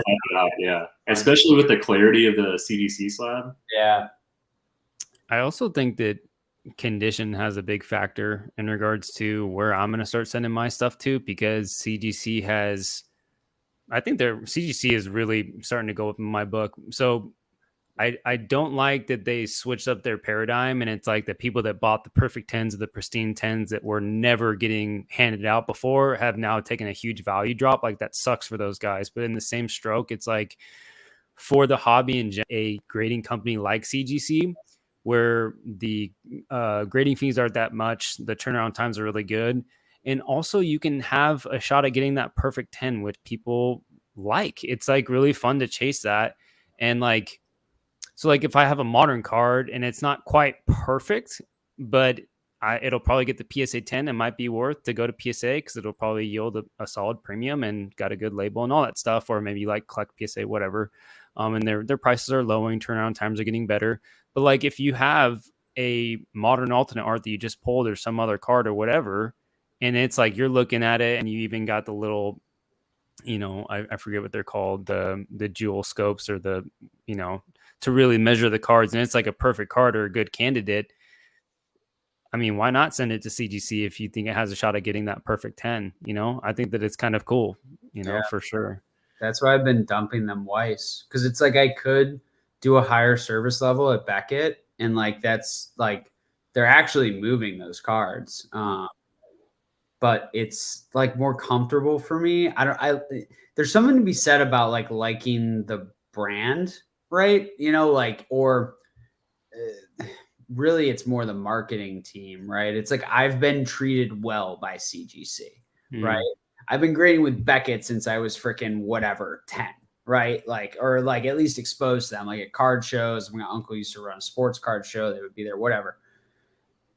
But there's something about like, I don't know, like I've never really liked PSA, and I've never heard anyone be like really excited about being a part of grading with PSA, right? But I feel like grading with CGC, it's fun because it's part of like the next iteration of the hobby, right? And you're like, yeah, it kind of sucks that like I have a lot of things with 8.5 surface grades, like definitely like 9.5 surface grades. I don't really care, right? But I think what's super interesting now is like how many people are trying to slab optimize, right? So like I've gotten real good at cracking slabs lately. Not something I've really done much before, but been doing it pretty aggressively.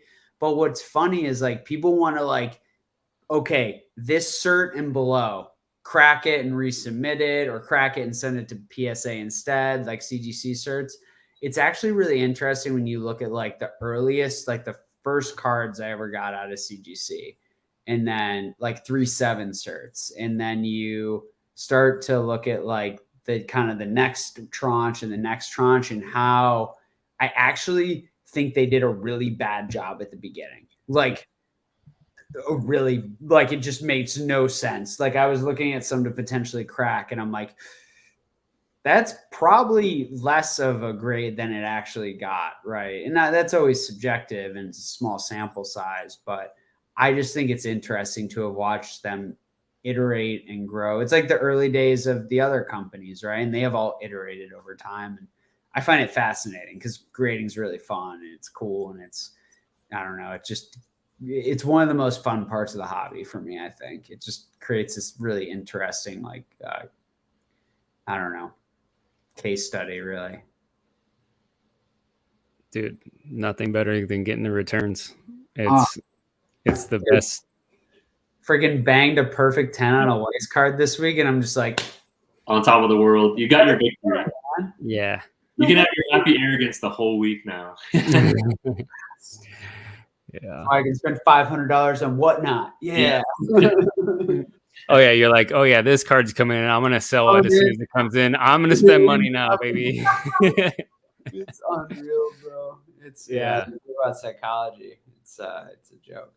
Yeah, I think you bring up an interesting point about grading, and it's subjective, and the grading standards changing. I saw an interview with Nat Turner, owner of I guess Collectors Universe, and aka PSA. And he was being interviewed by, who was it, Cardboard Investor, maybe at a show. And he got asked, hey, did PSA change their grading standards the last couple of years? Now, he hasn't always been the owner. It's only been a couple of years now. And I think what's interesting is, in my opinion, Nat has to say no.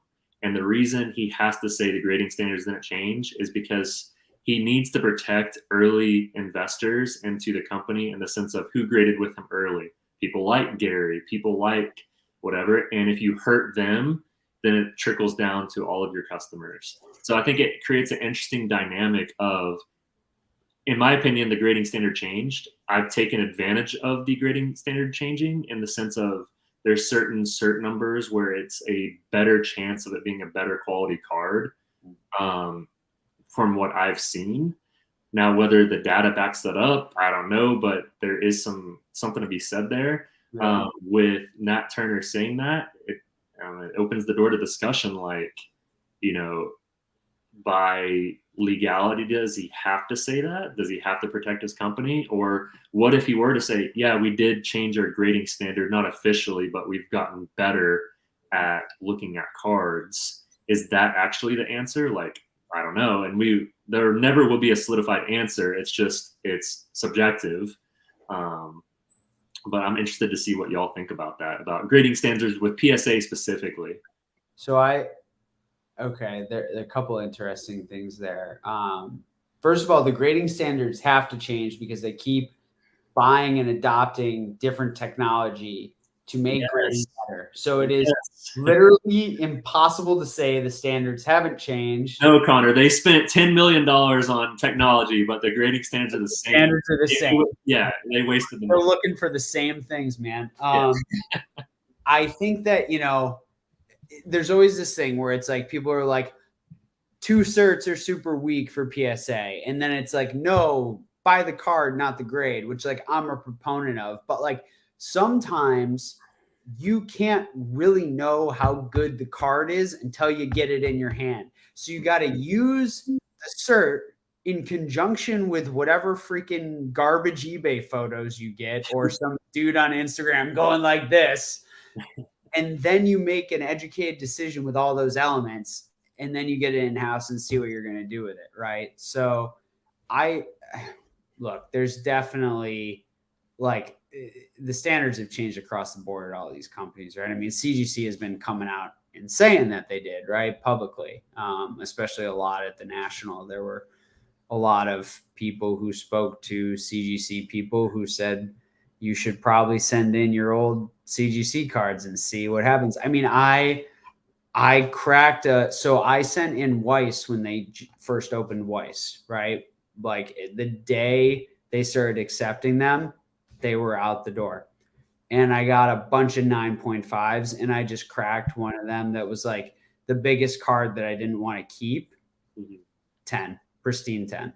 Like, I'm like, and part of that, I don't think that was necessarily a standard change per se. I think it was they got better at grading this TCG, for example, right? Because I would show it to other Weiss collectors and they'd be like, yeah, I don't know why that's a 9 centering. It's pretty well centered, like, for example. So that's part of it too, is how it's so difficult because standards are one thing, but how people execute on those standards are a totally different thing, right? Who are these people you're hiring?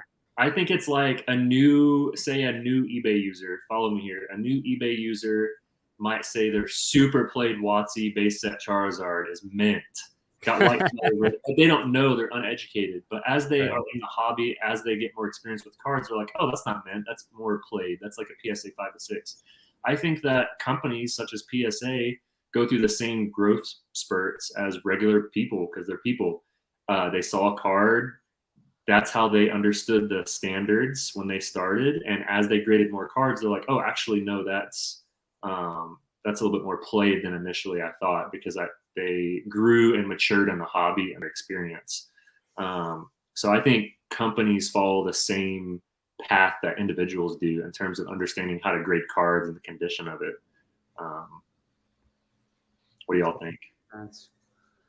Yeah, it's subjective, but it's tough, like, to balance, because it's like, okay, so I've had people who like won't buy 2 certs, like they won't buy it.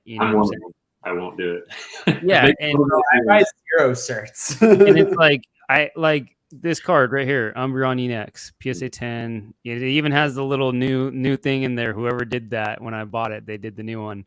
It's a perfect card. Like, if I were to resubmit this with a newer cert, it would 100% get a 10. You know what I mean? Like 100%.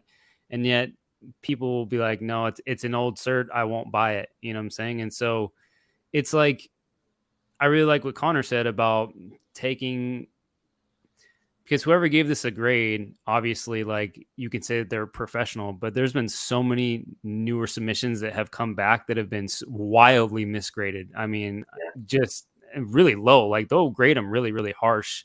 I've seen like a lot of like really bad misgrades as of late. Again, it's probably just, whatever, but it's like taking what a grading company is saying is a grade as compared to what you think the card could get. It's all speculation. It's all like, so it's about just like taking the card, looking at it and seeing it and saying like, is this something I'm comfortable with, as compared to just like blindly saying no to this, yes to this. I'm also curious about, like, have you tried to sell some of these younger certs, the earlier certs, and have a harder time moving those? Obviously, I'm imagining if a vintage card has a newer cert, it's going to move fairly quickly or a lot easier. Have you like run into any troubles with people wanting that, or no? The reason I don't think old certs are bad. I think that, as you say, you have to look at the card. Generally, I find newer certs are easier to sell, so I have to follow what the culture is doing and appeal to the mass market. So most people associate newer certs with a stronger grade. Again, not necessarily, but I generally try to follow and stay away from older certs because everyone seems to have the idea that newer certs are stronger, which in turn is easier to sell. Right.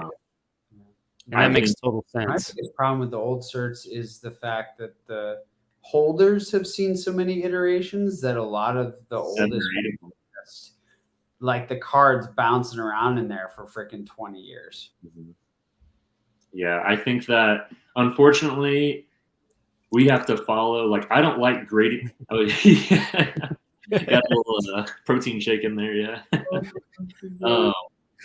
I think grading in itself, like, I don't like it because I feel I'm more experienced than someone sitting there grading a card. Like, I know the condition of it. However, we have to abide by the culture of card collecting, which is grading your cards. I don't like it.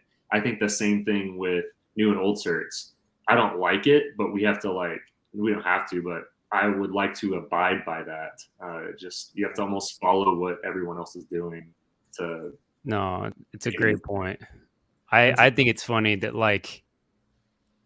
and I don't remember exactly when it happened, but I just remember just this absolute hard shift where everybody was it almost was never an issue or never even talked about. And then all of a sudden content creators started talking about it or whatever it was. And then all of a sudden it's old certs are bad. Don't buy old certs. And it just happened really, really quick. The cutoff, it didn't feel gradual to me.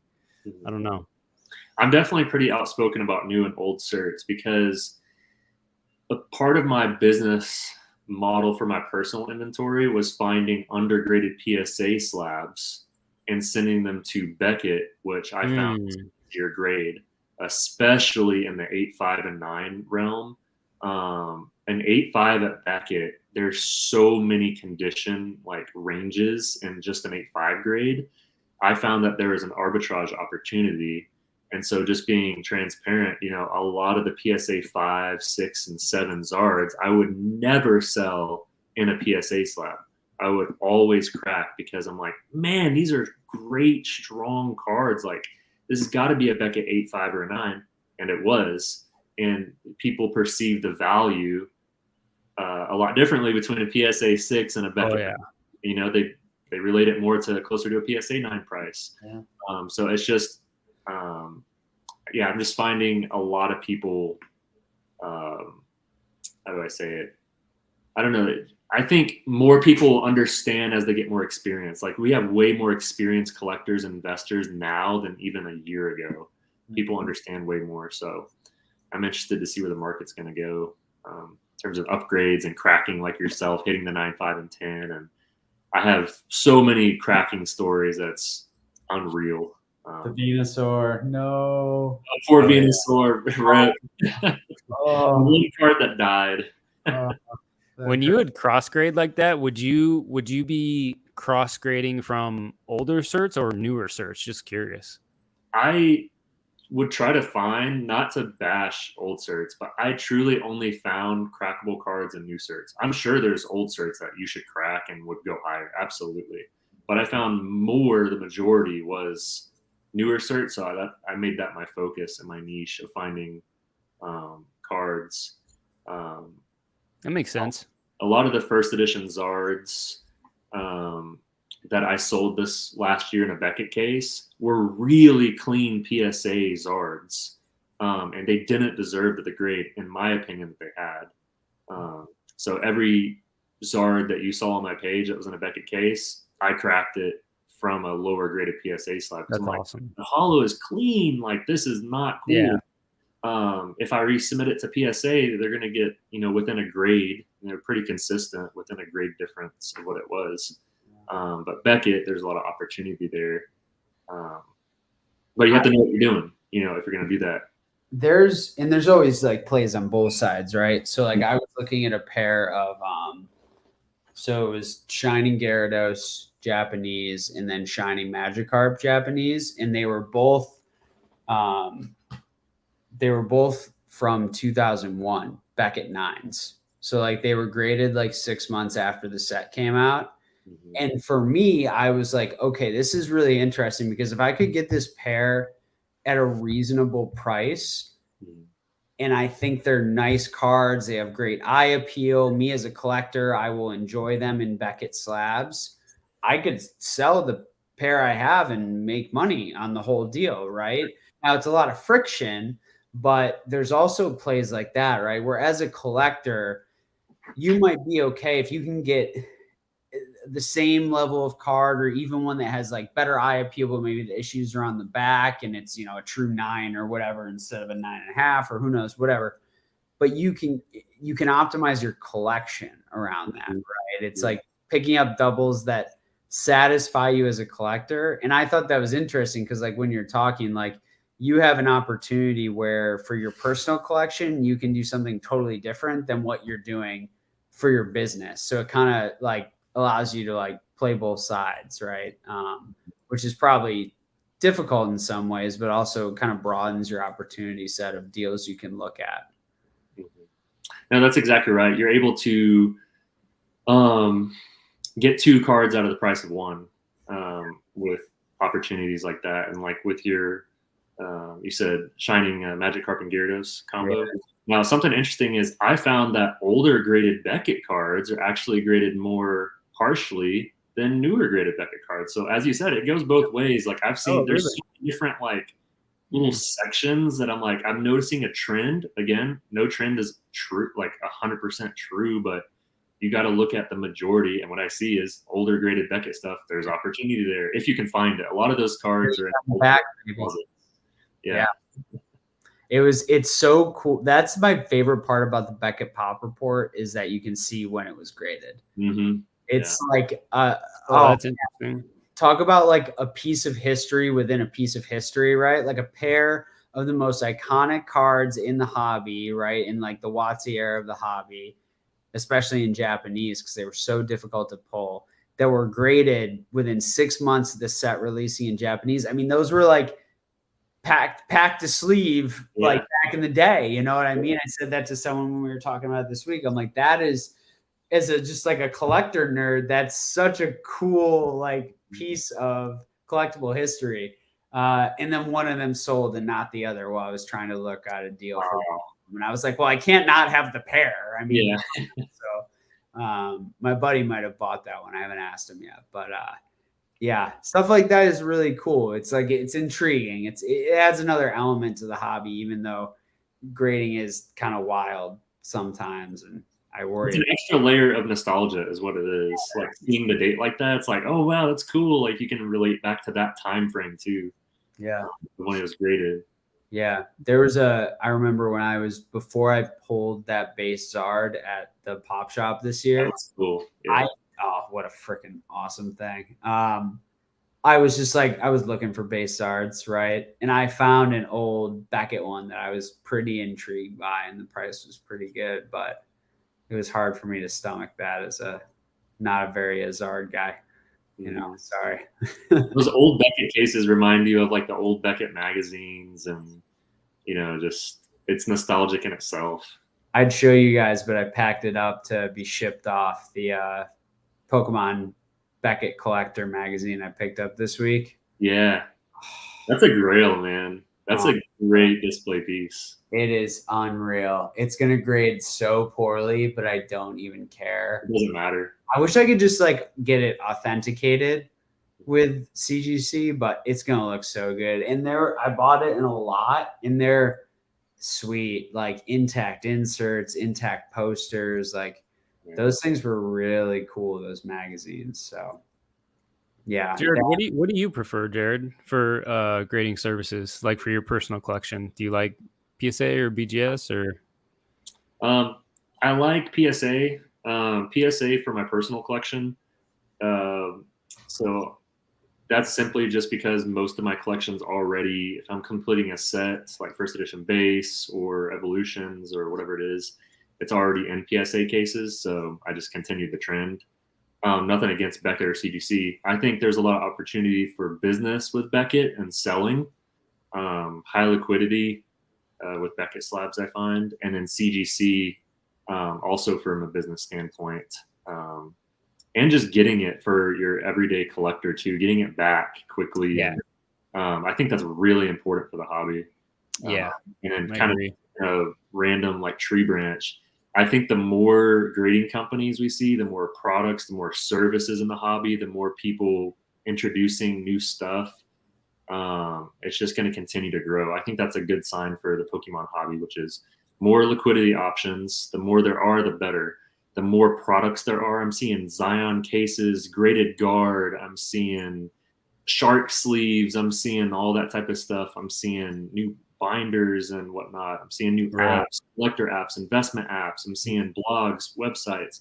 The more we see that, I think that the hobby is just going to continue to grow. It's a good sign. Definitely not a dying hobby. No, for sure. Yeah, no, it brings up a great point. Curious, how many cards are you away from completing that 8.5 first edition base set?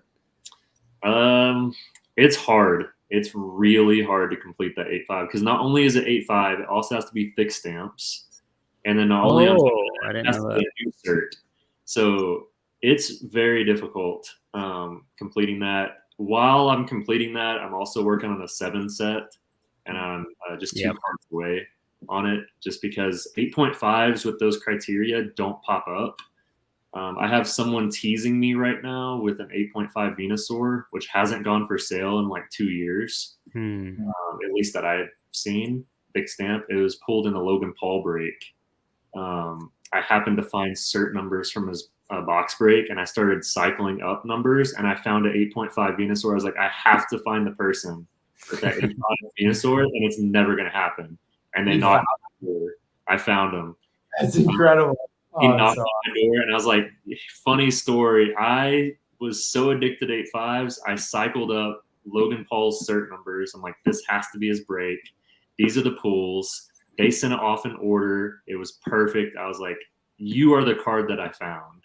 And so he's teasing it. He's like a little donut in front of my face, like, just like, I know you want it. I know you're doing 8.5, so he's going to get my money, but it's just.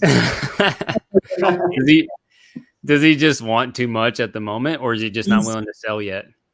He is mainly looking at trades. He's trying to complete a first edition base 10 set, and the money is not important to him. So he's mainly just looking at the collectability of the cards. So he's like, if I get, I'm going to end up paying like $2,500 for it, or $3,000, whatever the price is. So we're around there, probably almost the 9 price, basically.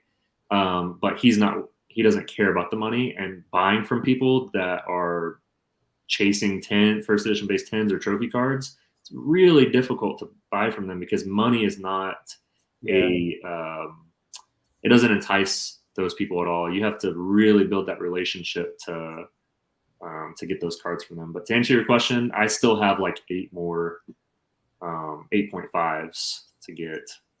I'm getting there. You got the Charizard, though. Got the Charizard.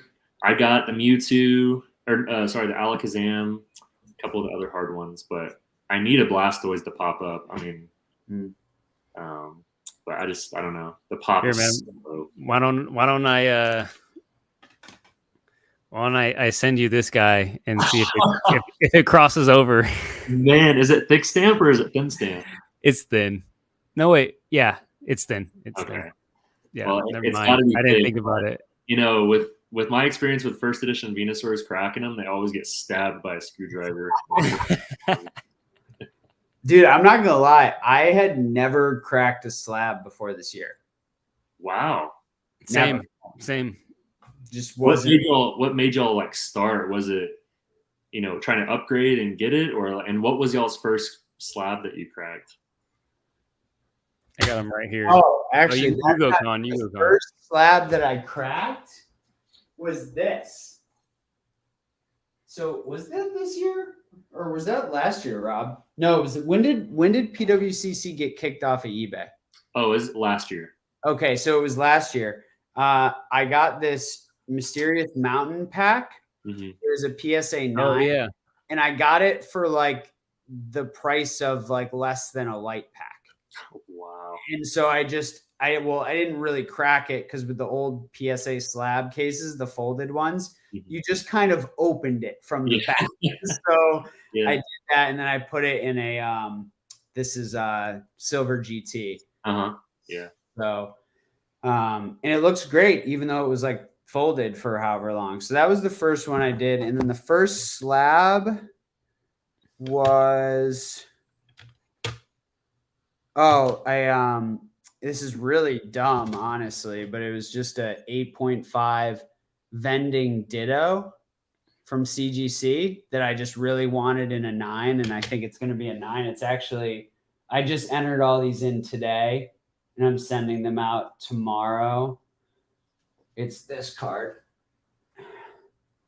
And they just don't come up in 9 a lot, and they're super overpriced. So I bought an 8.5 for like $20 and I cracked. It's a no-brainer, honestly. Yeah, just like screw it and see what happens, whatever. So that's where it started. And then I started, so to your point of the 8.5 thing and money not being an issue, trying to rip these out of people's hands who are collecting the set, because I'm collecting this in PSA 9, and there's like, most of these have like 5. Yeah. There's 5 PSA 9s. That's worse than 8.5s. There's 7. It sucks. Yeah. And so I cracked a bunch of 8s, and I'm just going to see what CGC does with them. I'm just going to science. Yeah, you got to roll the dice. Yeah, science, good analytics. Yeah. See how they turn out. Yeah, so I did 3 of those, that Ditto, and then I did that Weiss card that just, that's huge because I couldn't move that 9.5 to save my life, and I'm going to sell a 10 like that. Yeah, easy, no problem. No problem. So that's me. How about you, Rob? Yeah, it was Beckett. Oh, Beckett. They were two 9.5s to the obvious PSA 10s that I think that they'll get. But it was for the July special. Mm-hmm. I figured it's a good time. It's the Lily's Force from Dream League, so that full art, and then the 25th anniversary Japanese Umbreon Gold Star. Oh, nice. Yeah. Yeah. It just seemed like for how low the grading fee was that I'd go and try to do it, get a few more dollars if I want to sell it. But I really like both those cards, so I might just hang on to it. I pulled the Umbreon myself, out of those promo packs. So we'll see. I always like the option that PSA brings, that if I do want to sell it, that, if a 10 compared to a BGS 9.5 is going to most likely yield a higher, value there. But, and I also just wanted to crack it for science just to see, let's see if my eye's right. How did you feel cracking it? Because it's cracking a card for the first time, and you started with a 9.5. I was cracking like 4s and 5s and 6s when I started. So cracking a 9.5, like, I'm sure your hands were sweating and just like, am I doing the right thing? And how did you feel? I'm not gonna lie, I went in so hot. Yeah. And it took me about 10 seconds, and I was like, oh, that was so easy. Yeah, it's easy. Yeah. Now I'm getting bold already, and I'm gonna screw up 100%. Like, hey, yeah, don't pull a Venusaur, dude. Just don't. It's no. You see what Ancient Mew said? Shining Raichu right to the screwdriver. You hate to see that. Yeah, you hate to see that. You hate that hurts. It's that's the best part about CGC, I think, though, especially with like older certs or like cards that I was getting really cheap. There's always that optionality. Like, it's always there. I can always with CGC, like if you have something like this, right, where there's a 3.9, so this is probably a true 9, like looking at the card. But like if I wanted to get subgrades on this, I don't even have to crack it. Yep. Like if it's just for me and I think it's going to maintain the grade, I mean, there's always the risk of a downgrade, but you just send it in like a normal submission. I wouldn't recommend that for cross grading, but to add subs if you wanted. I mean, this was like $15 or $12 or something. CGC makes it so easy. There's no question about it. That's, the accessibility is nice, so the options I was literally thinking of you, Jarrod, when I cracked those. I'm not gonna lie, because as soon as that happened, I think Connor sent me that video, or maybe I just saw it on IG. I can't remember how it came about it, but I was like crushed for you. I was like, my gosh. Ouch. The funniest part was I had cracked so many cards, and as Connor said, I got so bold that you stop paying attention because it becomes so routine. Right. And generally on every card that I crack, I would go from the side. And the funniest part is when I posted that video, the amount of tips and advice I got was man. on cracking cards and just the jokes. It was honestly not worth it, but it was pretty funny.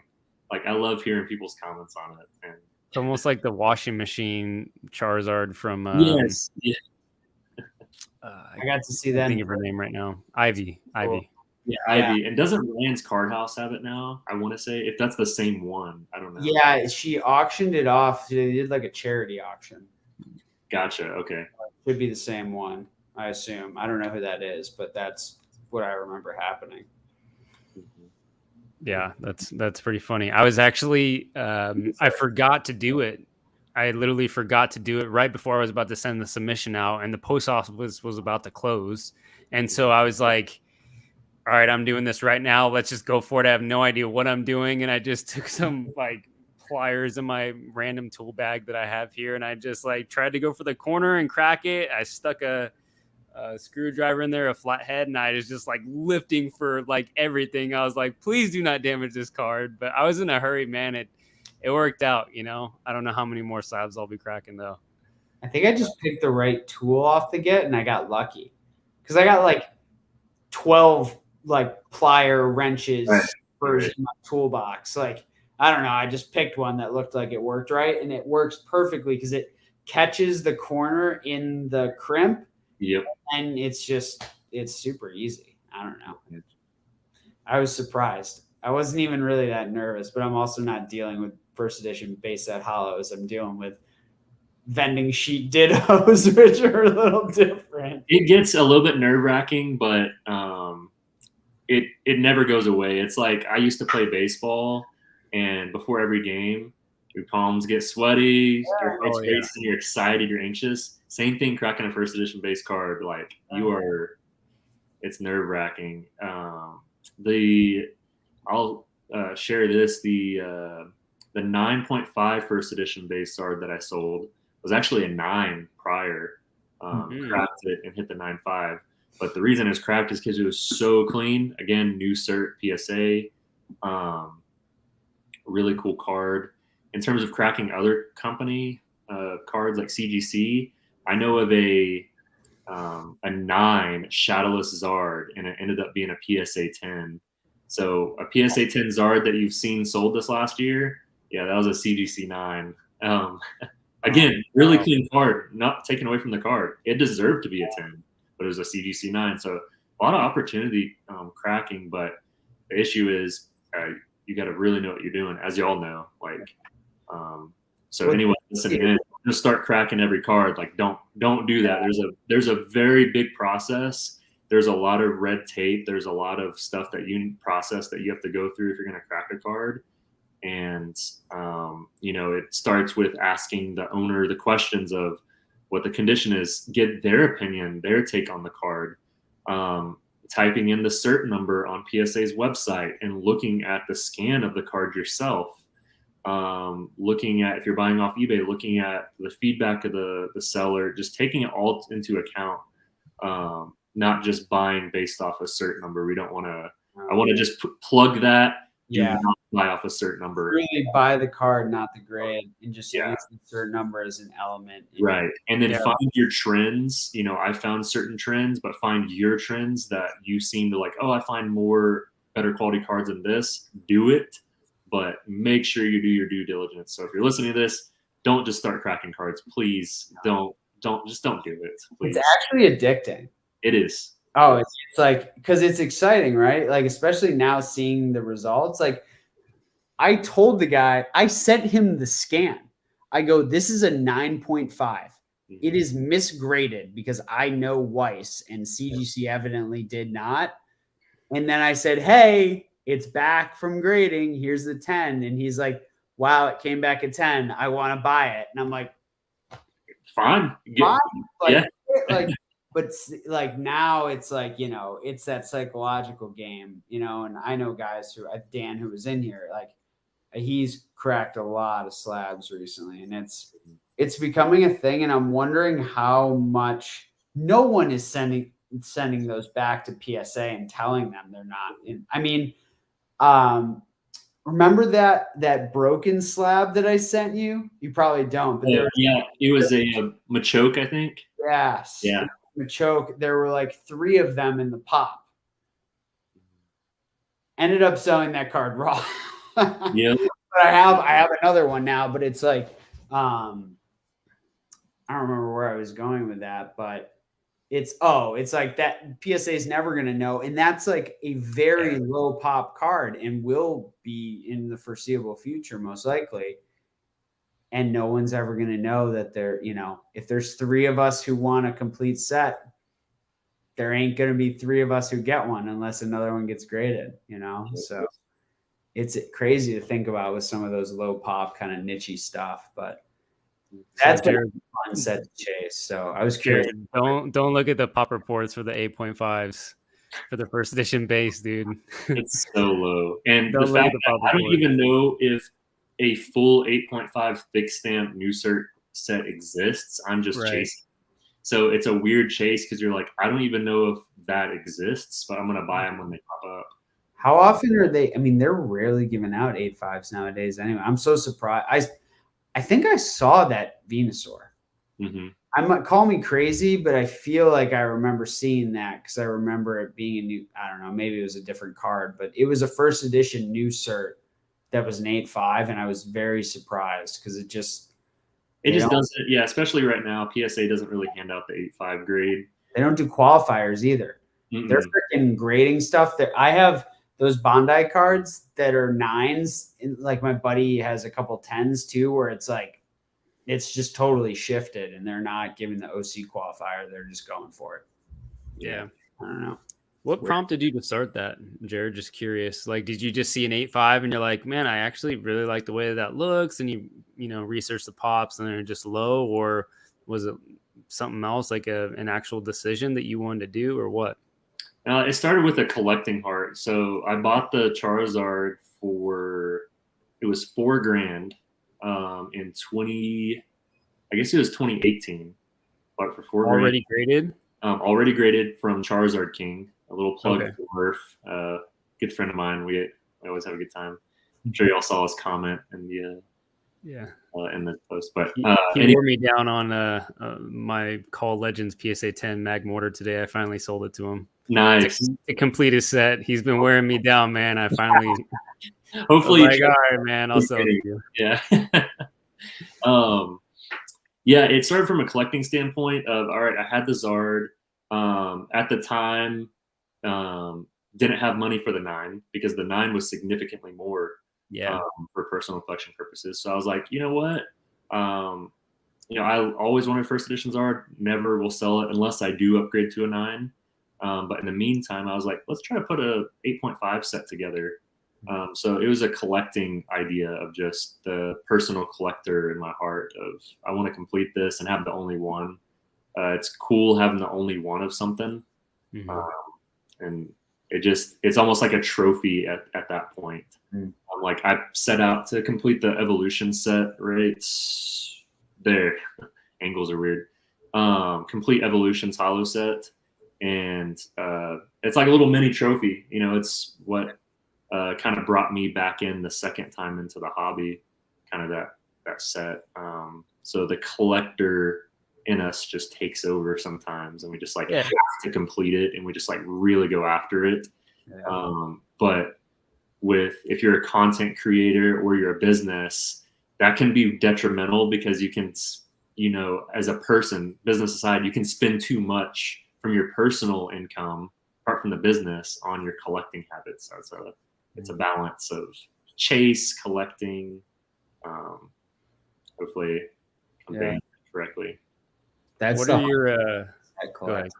I was just gonna say, it's the hard part about chasing sets now, like stuff that if you've been collecting it and going, if it's been like a long-term goal and all of a sudden long-term became like way more expensive because you waited. And so like with the set I'm chasing, it's like I bought a card for $80 today. That should have been like a $10 card. And I'm just like, really, Connor? Like, could have gotten most of the set for $80 back then. Yeah.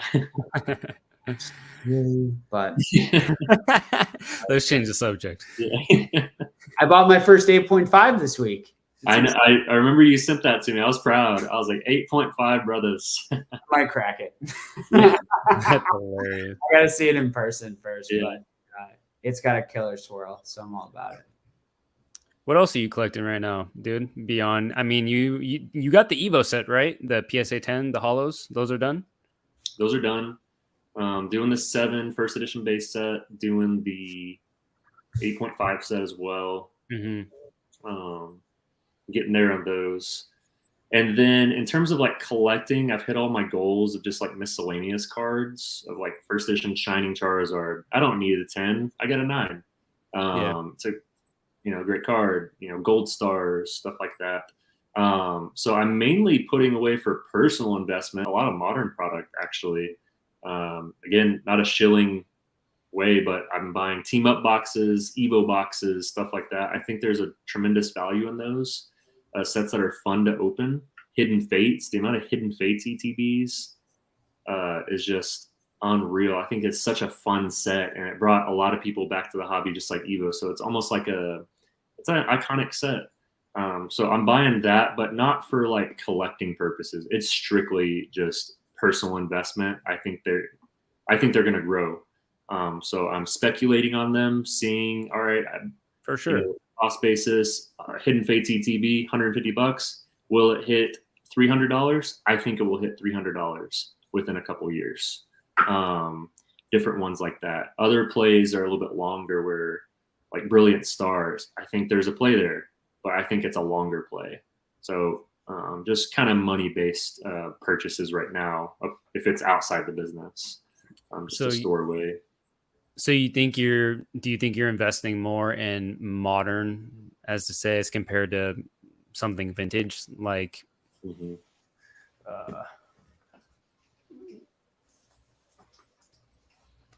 like this Golden Sky Silver Oceans? I bought this because it was like a really good deal that I found, and it's like there's not a lot of them out there. You know what I'm saying? It's so, and maybe it's just the opportunity that came across at the right time at the right moment. But again, that's what I was kind of talking about earlier, about how modern has changed and how people are investing a lot more in modern as compared to buying vintage. Are you still buying a lot of vintage to set back like some of these maybe scarcer items, sealed product, or maybe low pop PSA 10s or anything like that? Or are you just like, do you know what? I really like modern. I see a lot of value. I see a lot of upside. I'm primarily focusing a lot of like my extra, funds on that. For personal collecting, I'm doing vintage, obviously, when I see a good opportunity, because vintage prices are low, and I'm like, low as in comparison to the last 2 years. If you look at the last 4 or 5 years, they're still really high. But personal collecting, still vintage for, as I said, investment, speculation, selling in the future, just modern. A lot of the vintage stuff, I don't see as much opportunity in terms of just selling to make money. Isn't that interesting? It's changed. It didn't used to be that way. I didn't used to think that either. I thought vintage is the only play, but I was small-minded, and I've expanded to, Connor will be really happy when I say this, expanded to Eevee Heroes. Jumped in Japanese. That's a great set. Not to shill it, but it's fun. Yeah, there it is. Chill it. It's a fun set, and open that box maybe for money purchases. But do I have nostalgic to it? None. Zero. I will never keep it long term. Have no problem selling it. Some of the personal collecting items, it hurts to sell, as you guys know. Like you said it earlier. It hurts to sell. I think one of the ones that hurt the most, but is also amazing, was the first edition Shining Zard I have. I bought for $1,200. To over $5,000, and I sold it to buy my wife's engagement ring. I was like, I got to capture gains, and then I ended up rebuying it back at almost the price that bought it for. Not almost the price, but bought it for, I think it was $3,000 from collectible investors. So halfway in between. But at the time, that's hard to let go of. It's for a great purpose, but it's hard to let go of some personal items. Yeah, I think about that a lot. Maybe not a lot. A little more recently, like it's crept back into my mind, like actually thinking about what I want to keep and what's really important to me. Yeah. But I'm never like in a rush to like nothing, like everything that's out here that I like put on display and like to like come in this room every single day and look at my stuff. None of this do I think about selling, or really, other than inventorying it to like protect myself, like insurance we were talking about. I don't really think as much about the value a lot, but sometimes I do like reconsider what I really care about. Like I moved like some legacy, like sealed stuff from other TCGs that had gone up, that like it was just like sitting in this stupid Target bookshelf thing. And I'm like, yeah, what am I going to do with this? Do I really care if this like $60 box that's now 120 goes to like 300? Like, I don't know. Do I care that much, or do I just want it gone and I can go buy some more Weiss or do something fun, like freaking buy some cool cards when I go to Denver, collect a con, like you start to make choices like that where it can fuel like experiences. But I worry sometimes about, because it's not really a business for me, like getting caught up in the hype of like the churn and selling, and then ending up like selling something that I not regret selling, but like, I'm like, I probably should have just let that sit on the shelf because I don't need the cash. You know what I mean? I don't know. I don't know if that makes sense, but it's just something I kind of like struggle with now more than we've ever had to, I feel like. Yeah. Now that I'm not getting that steady check coming in, it's like I'm doing a little shameless plug here. Going to do a huge slab sale tomorrow on IG on my story of some cards that I really, really like, but they're not forever pieces. You know what I mean? It's like, I've really had to like dig deep in regards to like, what do I really want to collect? And it's okay. Do you know what? I've gotten a chance to own these cards and hold them up close and see them in my display every single day. I come in this room and touch things and, kid in a candy shop. And it's like, that's cool. I don't have the funds to be able to just be a buyer. Like, I have to be a seller too. You know what I mean? To keep it going and to get after the next thing. And who knows, maybe that thing that I buy that I think's a forever piece might end up changing later down the line. As long as it's for me, as long as I can make money doing it and I'm having fun in the process, I'm okay with it. Yeah, absolutely. No, that's huge, which is selling your personal inventory to keep the churn and burn going. As you said, I sold a lot during 2020 and 2021 in my personal inventory, but it got easier. The first couple sales were really hard, but to continue going, it's not just unlimited cash flow. Right. So you have to figure out creative ways to continue to go and build. And it's hard, but it does get easier.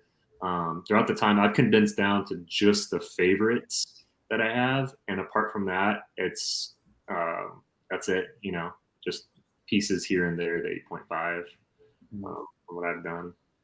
The funny thing is, people would laugh if they like actually knew me in real life, because I have very little in the way of possessions outside of what's in this room. Mm-hmm. Like I have a few other collectibles and things, but like I don't. You've said that before. You don't like things. I don't like things. Like, I don't have a lot of stuff like at all. I don't know. That's kind of like weird to say and sounds stupid looking this, but there's a couple pieces of sports memorabilia that connect me to my dad. There's my electric guitar and like some books that I like. And that's basically what I got. Like, I don't know what other things am I supposed to have? This is way more than enough for me, and it is that, like, how do you like try to consolidate some of it, especially collecting a set of 155 cards that are all in a freaking box right now, basically. Like, I can't even display them yet. Like, I'm gonna have to move stuff or put stuff away that's like, I don't care as much about like the store of value, like just owning it to own it and not be able to look at it, like it kills me. Like, people who I know have to like put a lot of their high end stuff in like boxes and stuff, man. It's a bummer. Like, it's the right thing to do, but I don't know. It's such a bummer. Were you always like that? Were you always, you want to display your collectibles, or did you transition to that as you got more mature in collecting and stuff like that? Because I just recently got into displaying the stuff, and I used to be the guy that would just throw it in box and never look at it but once a month. But now I'm just like, I'm going to put it on my wall, or I'm going to put it on a shelf, or I'm going to put it on the desk. So I said earlier in the podcast, like, when it comes to like Pokemon and kind of like the more like pop culture stuff, I used to like I just have like 4 gun safes, and they used to like go in there along with other stuff, right? And but growing up, my room was always full of collectibles. Just most of it was sports memorabilia. So like I had built-in shelves in my room. I had the same room, same house growing up my entire life. So I had built-in shelves with football helmets and baseballs and all sorts of stuff. I would have, signed hockey stick in the corner, art on the walls, Michael Jordan signed print on the wall, like all that stuff. There's a huge Syracuse basketball thing outside my door here that I've always had of the national championship team signed by everyone. Like always had that stuff on display. And then like in my closet, I had like a shelf for like the nerdy stuff. Yeah. It was weird. Like I put it like up. I had like a walk-in closet and it was like up along the thing where like no one could really see it, but I knew it was there. And that's where I put a lot of that stuff. But because I was like an athlete and like that was really my identity, that was the stuff that I always had out. And I have some of that like out in the main room of my apartment now and a couple things in here. But yeah, definitely have developed into displaying more of this. And I matured as an art collector too. So there's like a lot of that everywhere. Like my walls are just, I have a lot of art. Like I have more art than I can put on my walls, which is another hard thing because that's a pain in the ass to store, but it's another topic. Yeah, definitely developed as far as this is concerned for sure. Because it's easy just to like store it away and not think about it, but then you're not appreciating it. Like I said, and it's not, I don't know. It's not as much worth owning if you can't appreciate it. Mm-hmm. Yep. What about you, Rob? I see you get a lot displayed behind you. So it's yeah. Did you always display your cards or did you, because that's a cool, I mean, it's an interesting topic for collectors because everyone's different. I know people that don't display at all. They don't make it known. They don't have anything. And clearly you have a lot of stuff behind you, just as Connor does. It's tough because it's like I want to enjoy what I buy, but at the same time I want to be safe. And so like for a while I was putting a lot of my higher end items in like safety deposit boxes, and then would just sit there and it like, I don't know. And then you're trying to like build the following on Instagram by like, making posts and being relevant. And again, it's not like flexing, look at my stuff, like look how cool I am, nothing that like I genuinely love this stuff and I want to connect with other collectors, and there's nothing better than when I see somebody post something that I like and I reach out and we start a conversation. And so that's what I'm hoping to do with this stuff. And so it's nice to have it on hand, you know what I mean, to be able to make certain posts or whatever. And then, doing the lives, starting to do that more often. I usually show a couple of, my sealed cards in the background or some boxes or something like that. So it's like nice to have it here in my room because this is what I love. It's not just about money for me. Like I genuinely enjoy this stuff. And so being able to come into this room, like I get happy every time, dude. Like it makes me so happy. And I don't have kids yet. Getting married next year, but not married yet. And so it's like my lifestyle allows me to have this right now. And it's like, who knows how much longer I'll be able to do something like that, So yeah, it's this balance. I want to be safe. I don't want to just put my stuff out to the world and, all that stuff. So, investing in like security and stuff for the house. And, I live in a small resort town anyways, which is, fairly safe. And, but yeah, I mean, I think it's really important to have something close by, like even if it's just a few items, to keep you connected. You know what I mean? Mm-hmm. But that's just my opinion.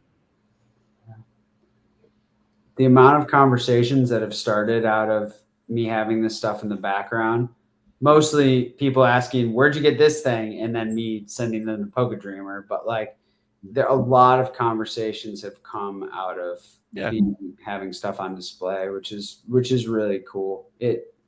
It's to Rob's point, people engage more, right? My man cave. Yeah, it's like this was my work from home office during COVID, and now I got to bring my screens to my office, and got to build it out a little more in here and actually enjoy being in this room instead of feeling like, I was in a windowless box working my face off, So it's part of it's that too, right? Like you kind of like overcorrect, but it's cool. And for me, I'm just like very OCD, which you probably couldn't tell if you saw the amount of freaking Weiss cards on my desk right now. But everything's like thematic. Like I have shelves and areas, and it's all like it's like a puzzle for me, right? Of how I put it together. And I look forward to having a bigger space that I can optimize more and display more and like really, really enjoy even more. But there's more space in Texas. Did you know that? I'm actually considering Nashville at some point. Ooh, that's a great option. I'm going there next week. We have a facility about an hour south of Tennessee, or about hour south of Nashville. Mm-hmm. And I envision us having an office there or some sort of manufacturing facility there or something. So it's a possibility for sure. Again, to Rob's point, I'm young, single. My mom lives here part of the year and my grandma's here, but like ain't nothing keeping me here. So, right. But I can do this for now, so. That's what's up, man. That's awesome. Any questions in the chat while we have Jarrod? We're at that a little bit over 2-hour mark, and definitely want to be respectful of his time and Connor's time. I mean, it's almost your bedtime, Connor. Surprised you're not yawning, dude. I'm doing it. I got my second. I'm back. Jarrod, talk to us about video games. What are you doing with video games? Let's see what I got. Ooh, this is interesting. So this one, I just started learning, so I'm starting off with some basics here. So get rid of the glare here. Beautiful. I don't know if I can get it, but it's Mario Kart 64. It's a 7.5. It was the only one available on eBay at the time that I started researching it and stuff like that. I have been watching a lot of graded games. I'm sorry, what'd you say? What's the seal on it? It is a A+ seal. Nice. So it displays really strong, except for the bottom right corner on the front. But I've been really watching the graded game market. And let's see what else we got here. I've been seeing a lot of sales of graded games that have been sitting on eBay for a long time. Like Modern Warfare's, different Call of Duty games, Halo games, Pokemon games, Smash Bros, Mario Kart, stuff like that. And that really intrigues me. So I've been really trying to educate myself on this. I don't know that it'll ever be part of the business, but it'll be more of a collecting thing because this is nostalgic. If I sell this, then I'll just upgrade it to a higher grade. If I sell any of these games. Yes. Yep. They look good. They look good.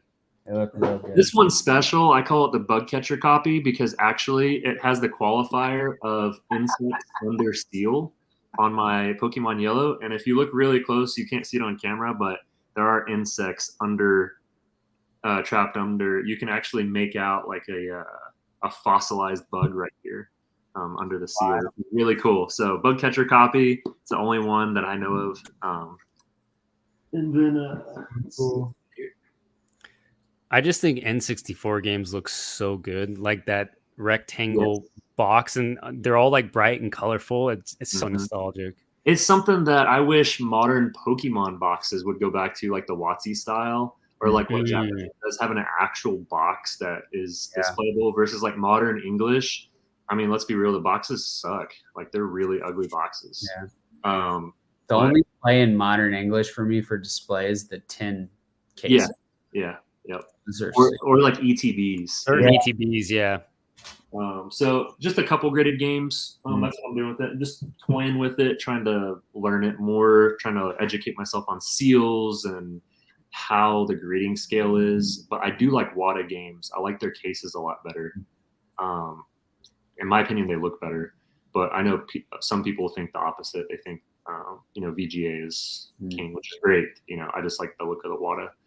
Me too. The only thing I don't like about WOTC is the grade is like sideways. If it's like the N64 game, it's not on the top like VGA, but yeah.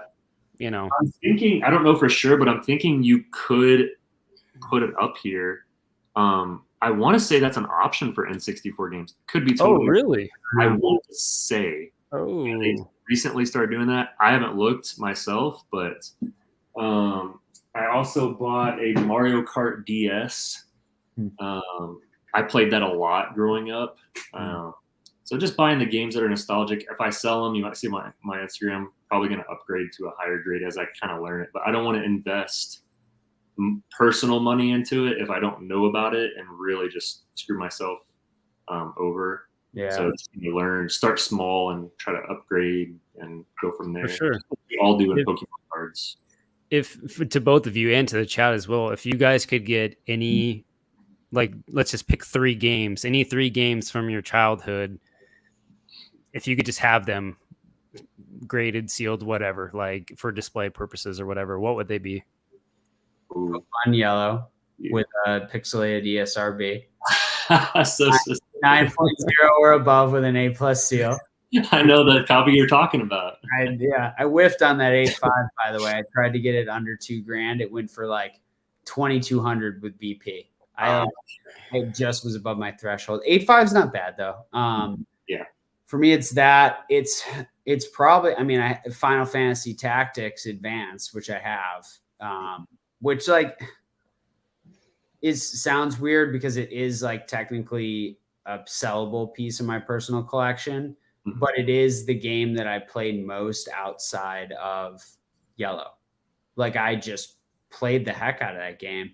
And I don't know what my third would be. I mean, I own pinball and I love Pokemon pinball, but that was more trying to move a piece, kind of dip my toe into the market, which like, I don't know. I did okay. We'll see how it plays out.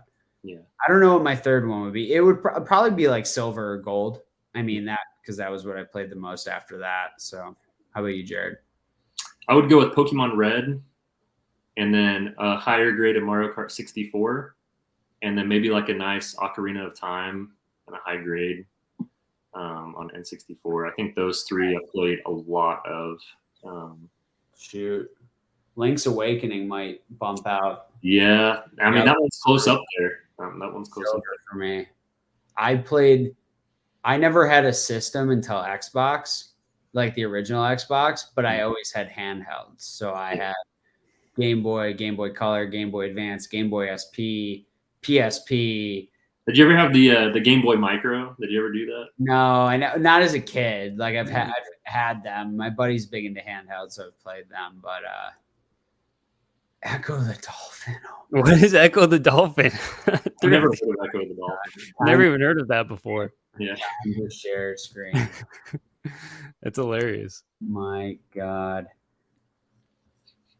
It's a Sega Genesis game. Where is there like a good picture? I mean, other than the cover of gameplay. Sega Genesis. That was fun. Yes. Or the N64 was my childhood, though. It's awesome. You said N64. It was my childhood. Like when I think about it the most, like for me, it's got to be the original, or not the original. It's the second one. So Gauntlet Legends. I love that game. I played that game so much. Perfect Dark. Yeah, I wasn't a GoldenEye guy. I didn't like it. There was something about it. It was like inverse shooting. I didn't like how it worked. I like Perfect Dark. I don't know.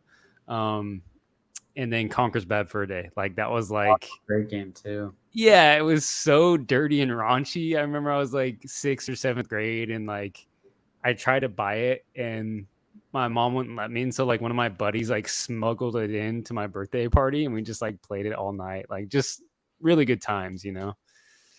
Let's just appreciate the bad gaming angles of N64 and how you could get stuck in like a corner and you like restart.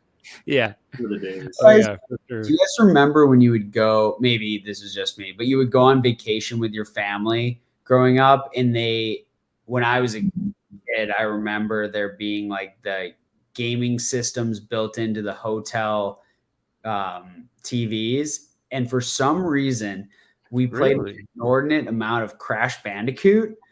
And that was the only exposure I ever had to it was like playing it on family trips at hotels. It was like a thing across hotels, and I would play Crash Bandicoot with my brother, and that's all I never owned the game. I just would play it on family trips. But did you guys ever play the Pokemon trading card game on Game Boy Color? Oh yeah, I loved that game. That's oh man, this is tough. Don't look at my search history on eBay right now. It has that on it, yeah. That's funny. Looking at prices on it. Definitely Star Fox. Oh man, that's a good one. Tilsdales. Yeah, I forgot about Star Fox. I have Harry Potter Sorcerer's Stone CIB. Great box. I don't know if I really need it graded, because I didn't play it that much. Or sorry, Game Boy Advance, right? But I played it, and it's just Harry Potter, so like integral to my childhood. But it's a great box. I mean, it's a really nice CIB. It has the promo in it and all that stuff. It's cool. That's the interesting thing about grading games is the option for CIB, like complete in box, and like the value of say like Super Mario World on Super Nintendo.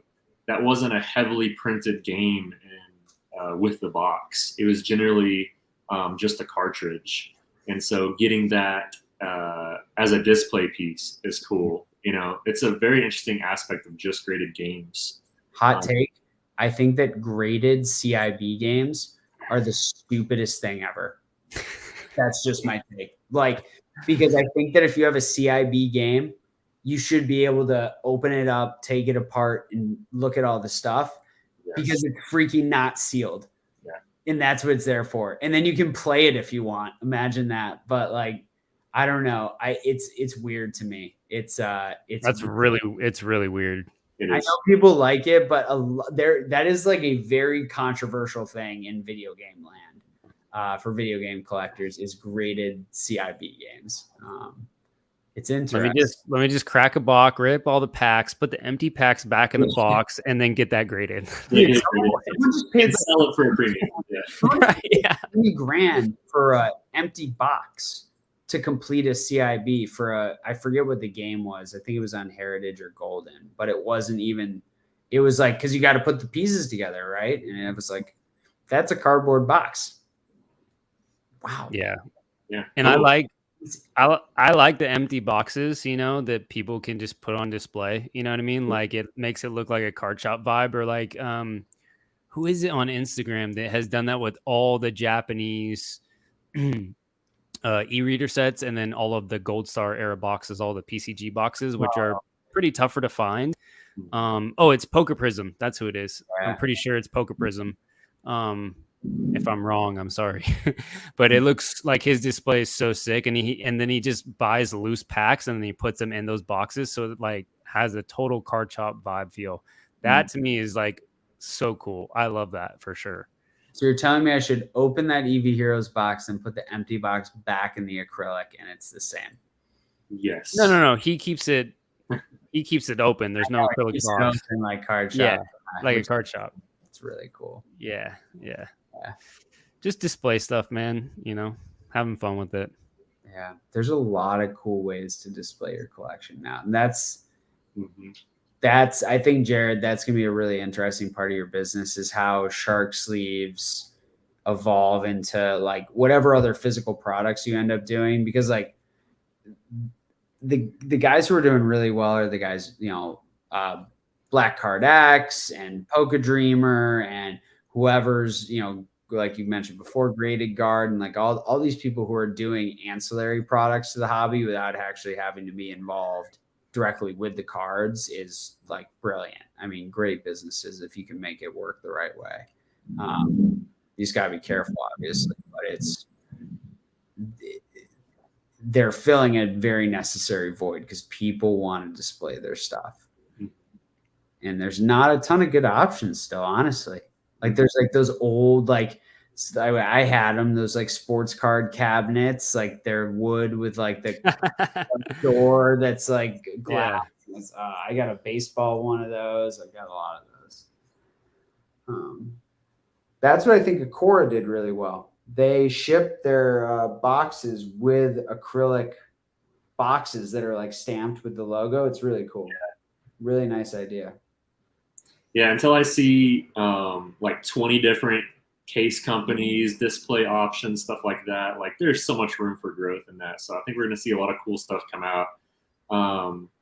I don't have any like new products in the pipeline, but I have some changes and updates that I think will make what I currently have better. But yeah, I really like Graded Guard. Little plug, I actually partnered with them, so we'll be offering Graded Guard products on the Kanto Shark shop. I really like what they did with the cases, and super high quality and a great person, great team, Graded Guard. So little plug for them right now. That's cool. And then Poke Dreamer as well makes phenomenal stuff. Gem Mint was in the chat earlier too. He makes these, and then he makes like storage boxes, or he rebrands and puts display tops on top of like kind of an off the shelf solution. And they're really nice. They help me organize my stuff. So and they're like good people, right? To your point, it's like I have relationships with these guys, and they're doing me a good service because I get to use their products. So, dude, I still got some of the Pokeball displays and some of those black pack displays. I got a few of those. They're around. They're over there. They're displaying stuff. I would like to get a few.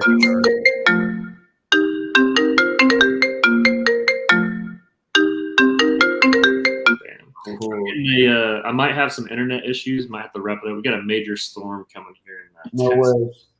No worries, man. It's super fun having you on, bro. Thank you so much. Great chat. Appreciate everybody in the chat for joining, hanging out, legit, talking video games and cardboard. It's always good stuff. Yeah, it's been a blast. Thank you all for having me. It's been I really enjoy listening to y'all's podcast and different talks and discussions. And when y'all are guests on other podcasts, I jump in those. So yeah, thanks for having me, and hopefully we can do it again. Love talking, man, for sure. And this is the second podcast that I've done, so it's a blast. So hopefully you guys will have me back. Absolutely.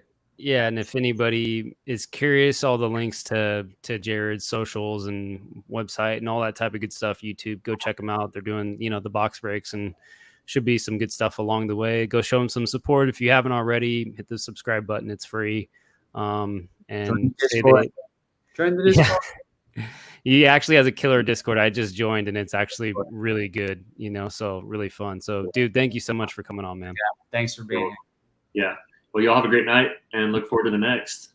See y'all. All right, guys. See ya.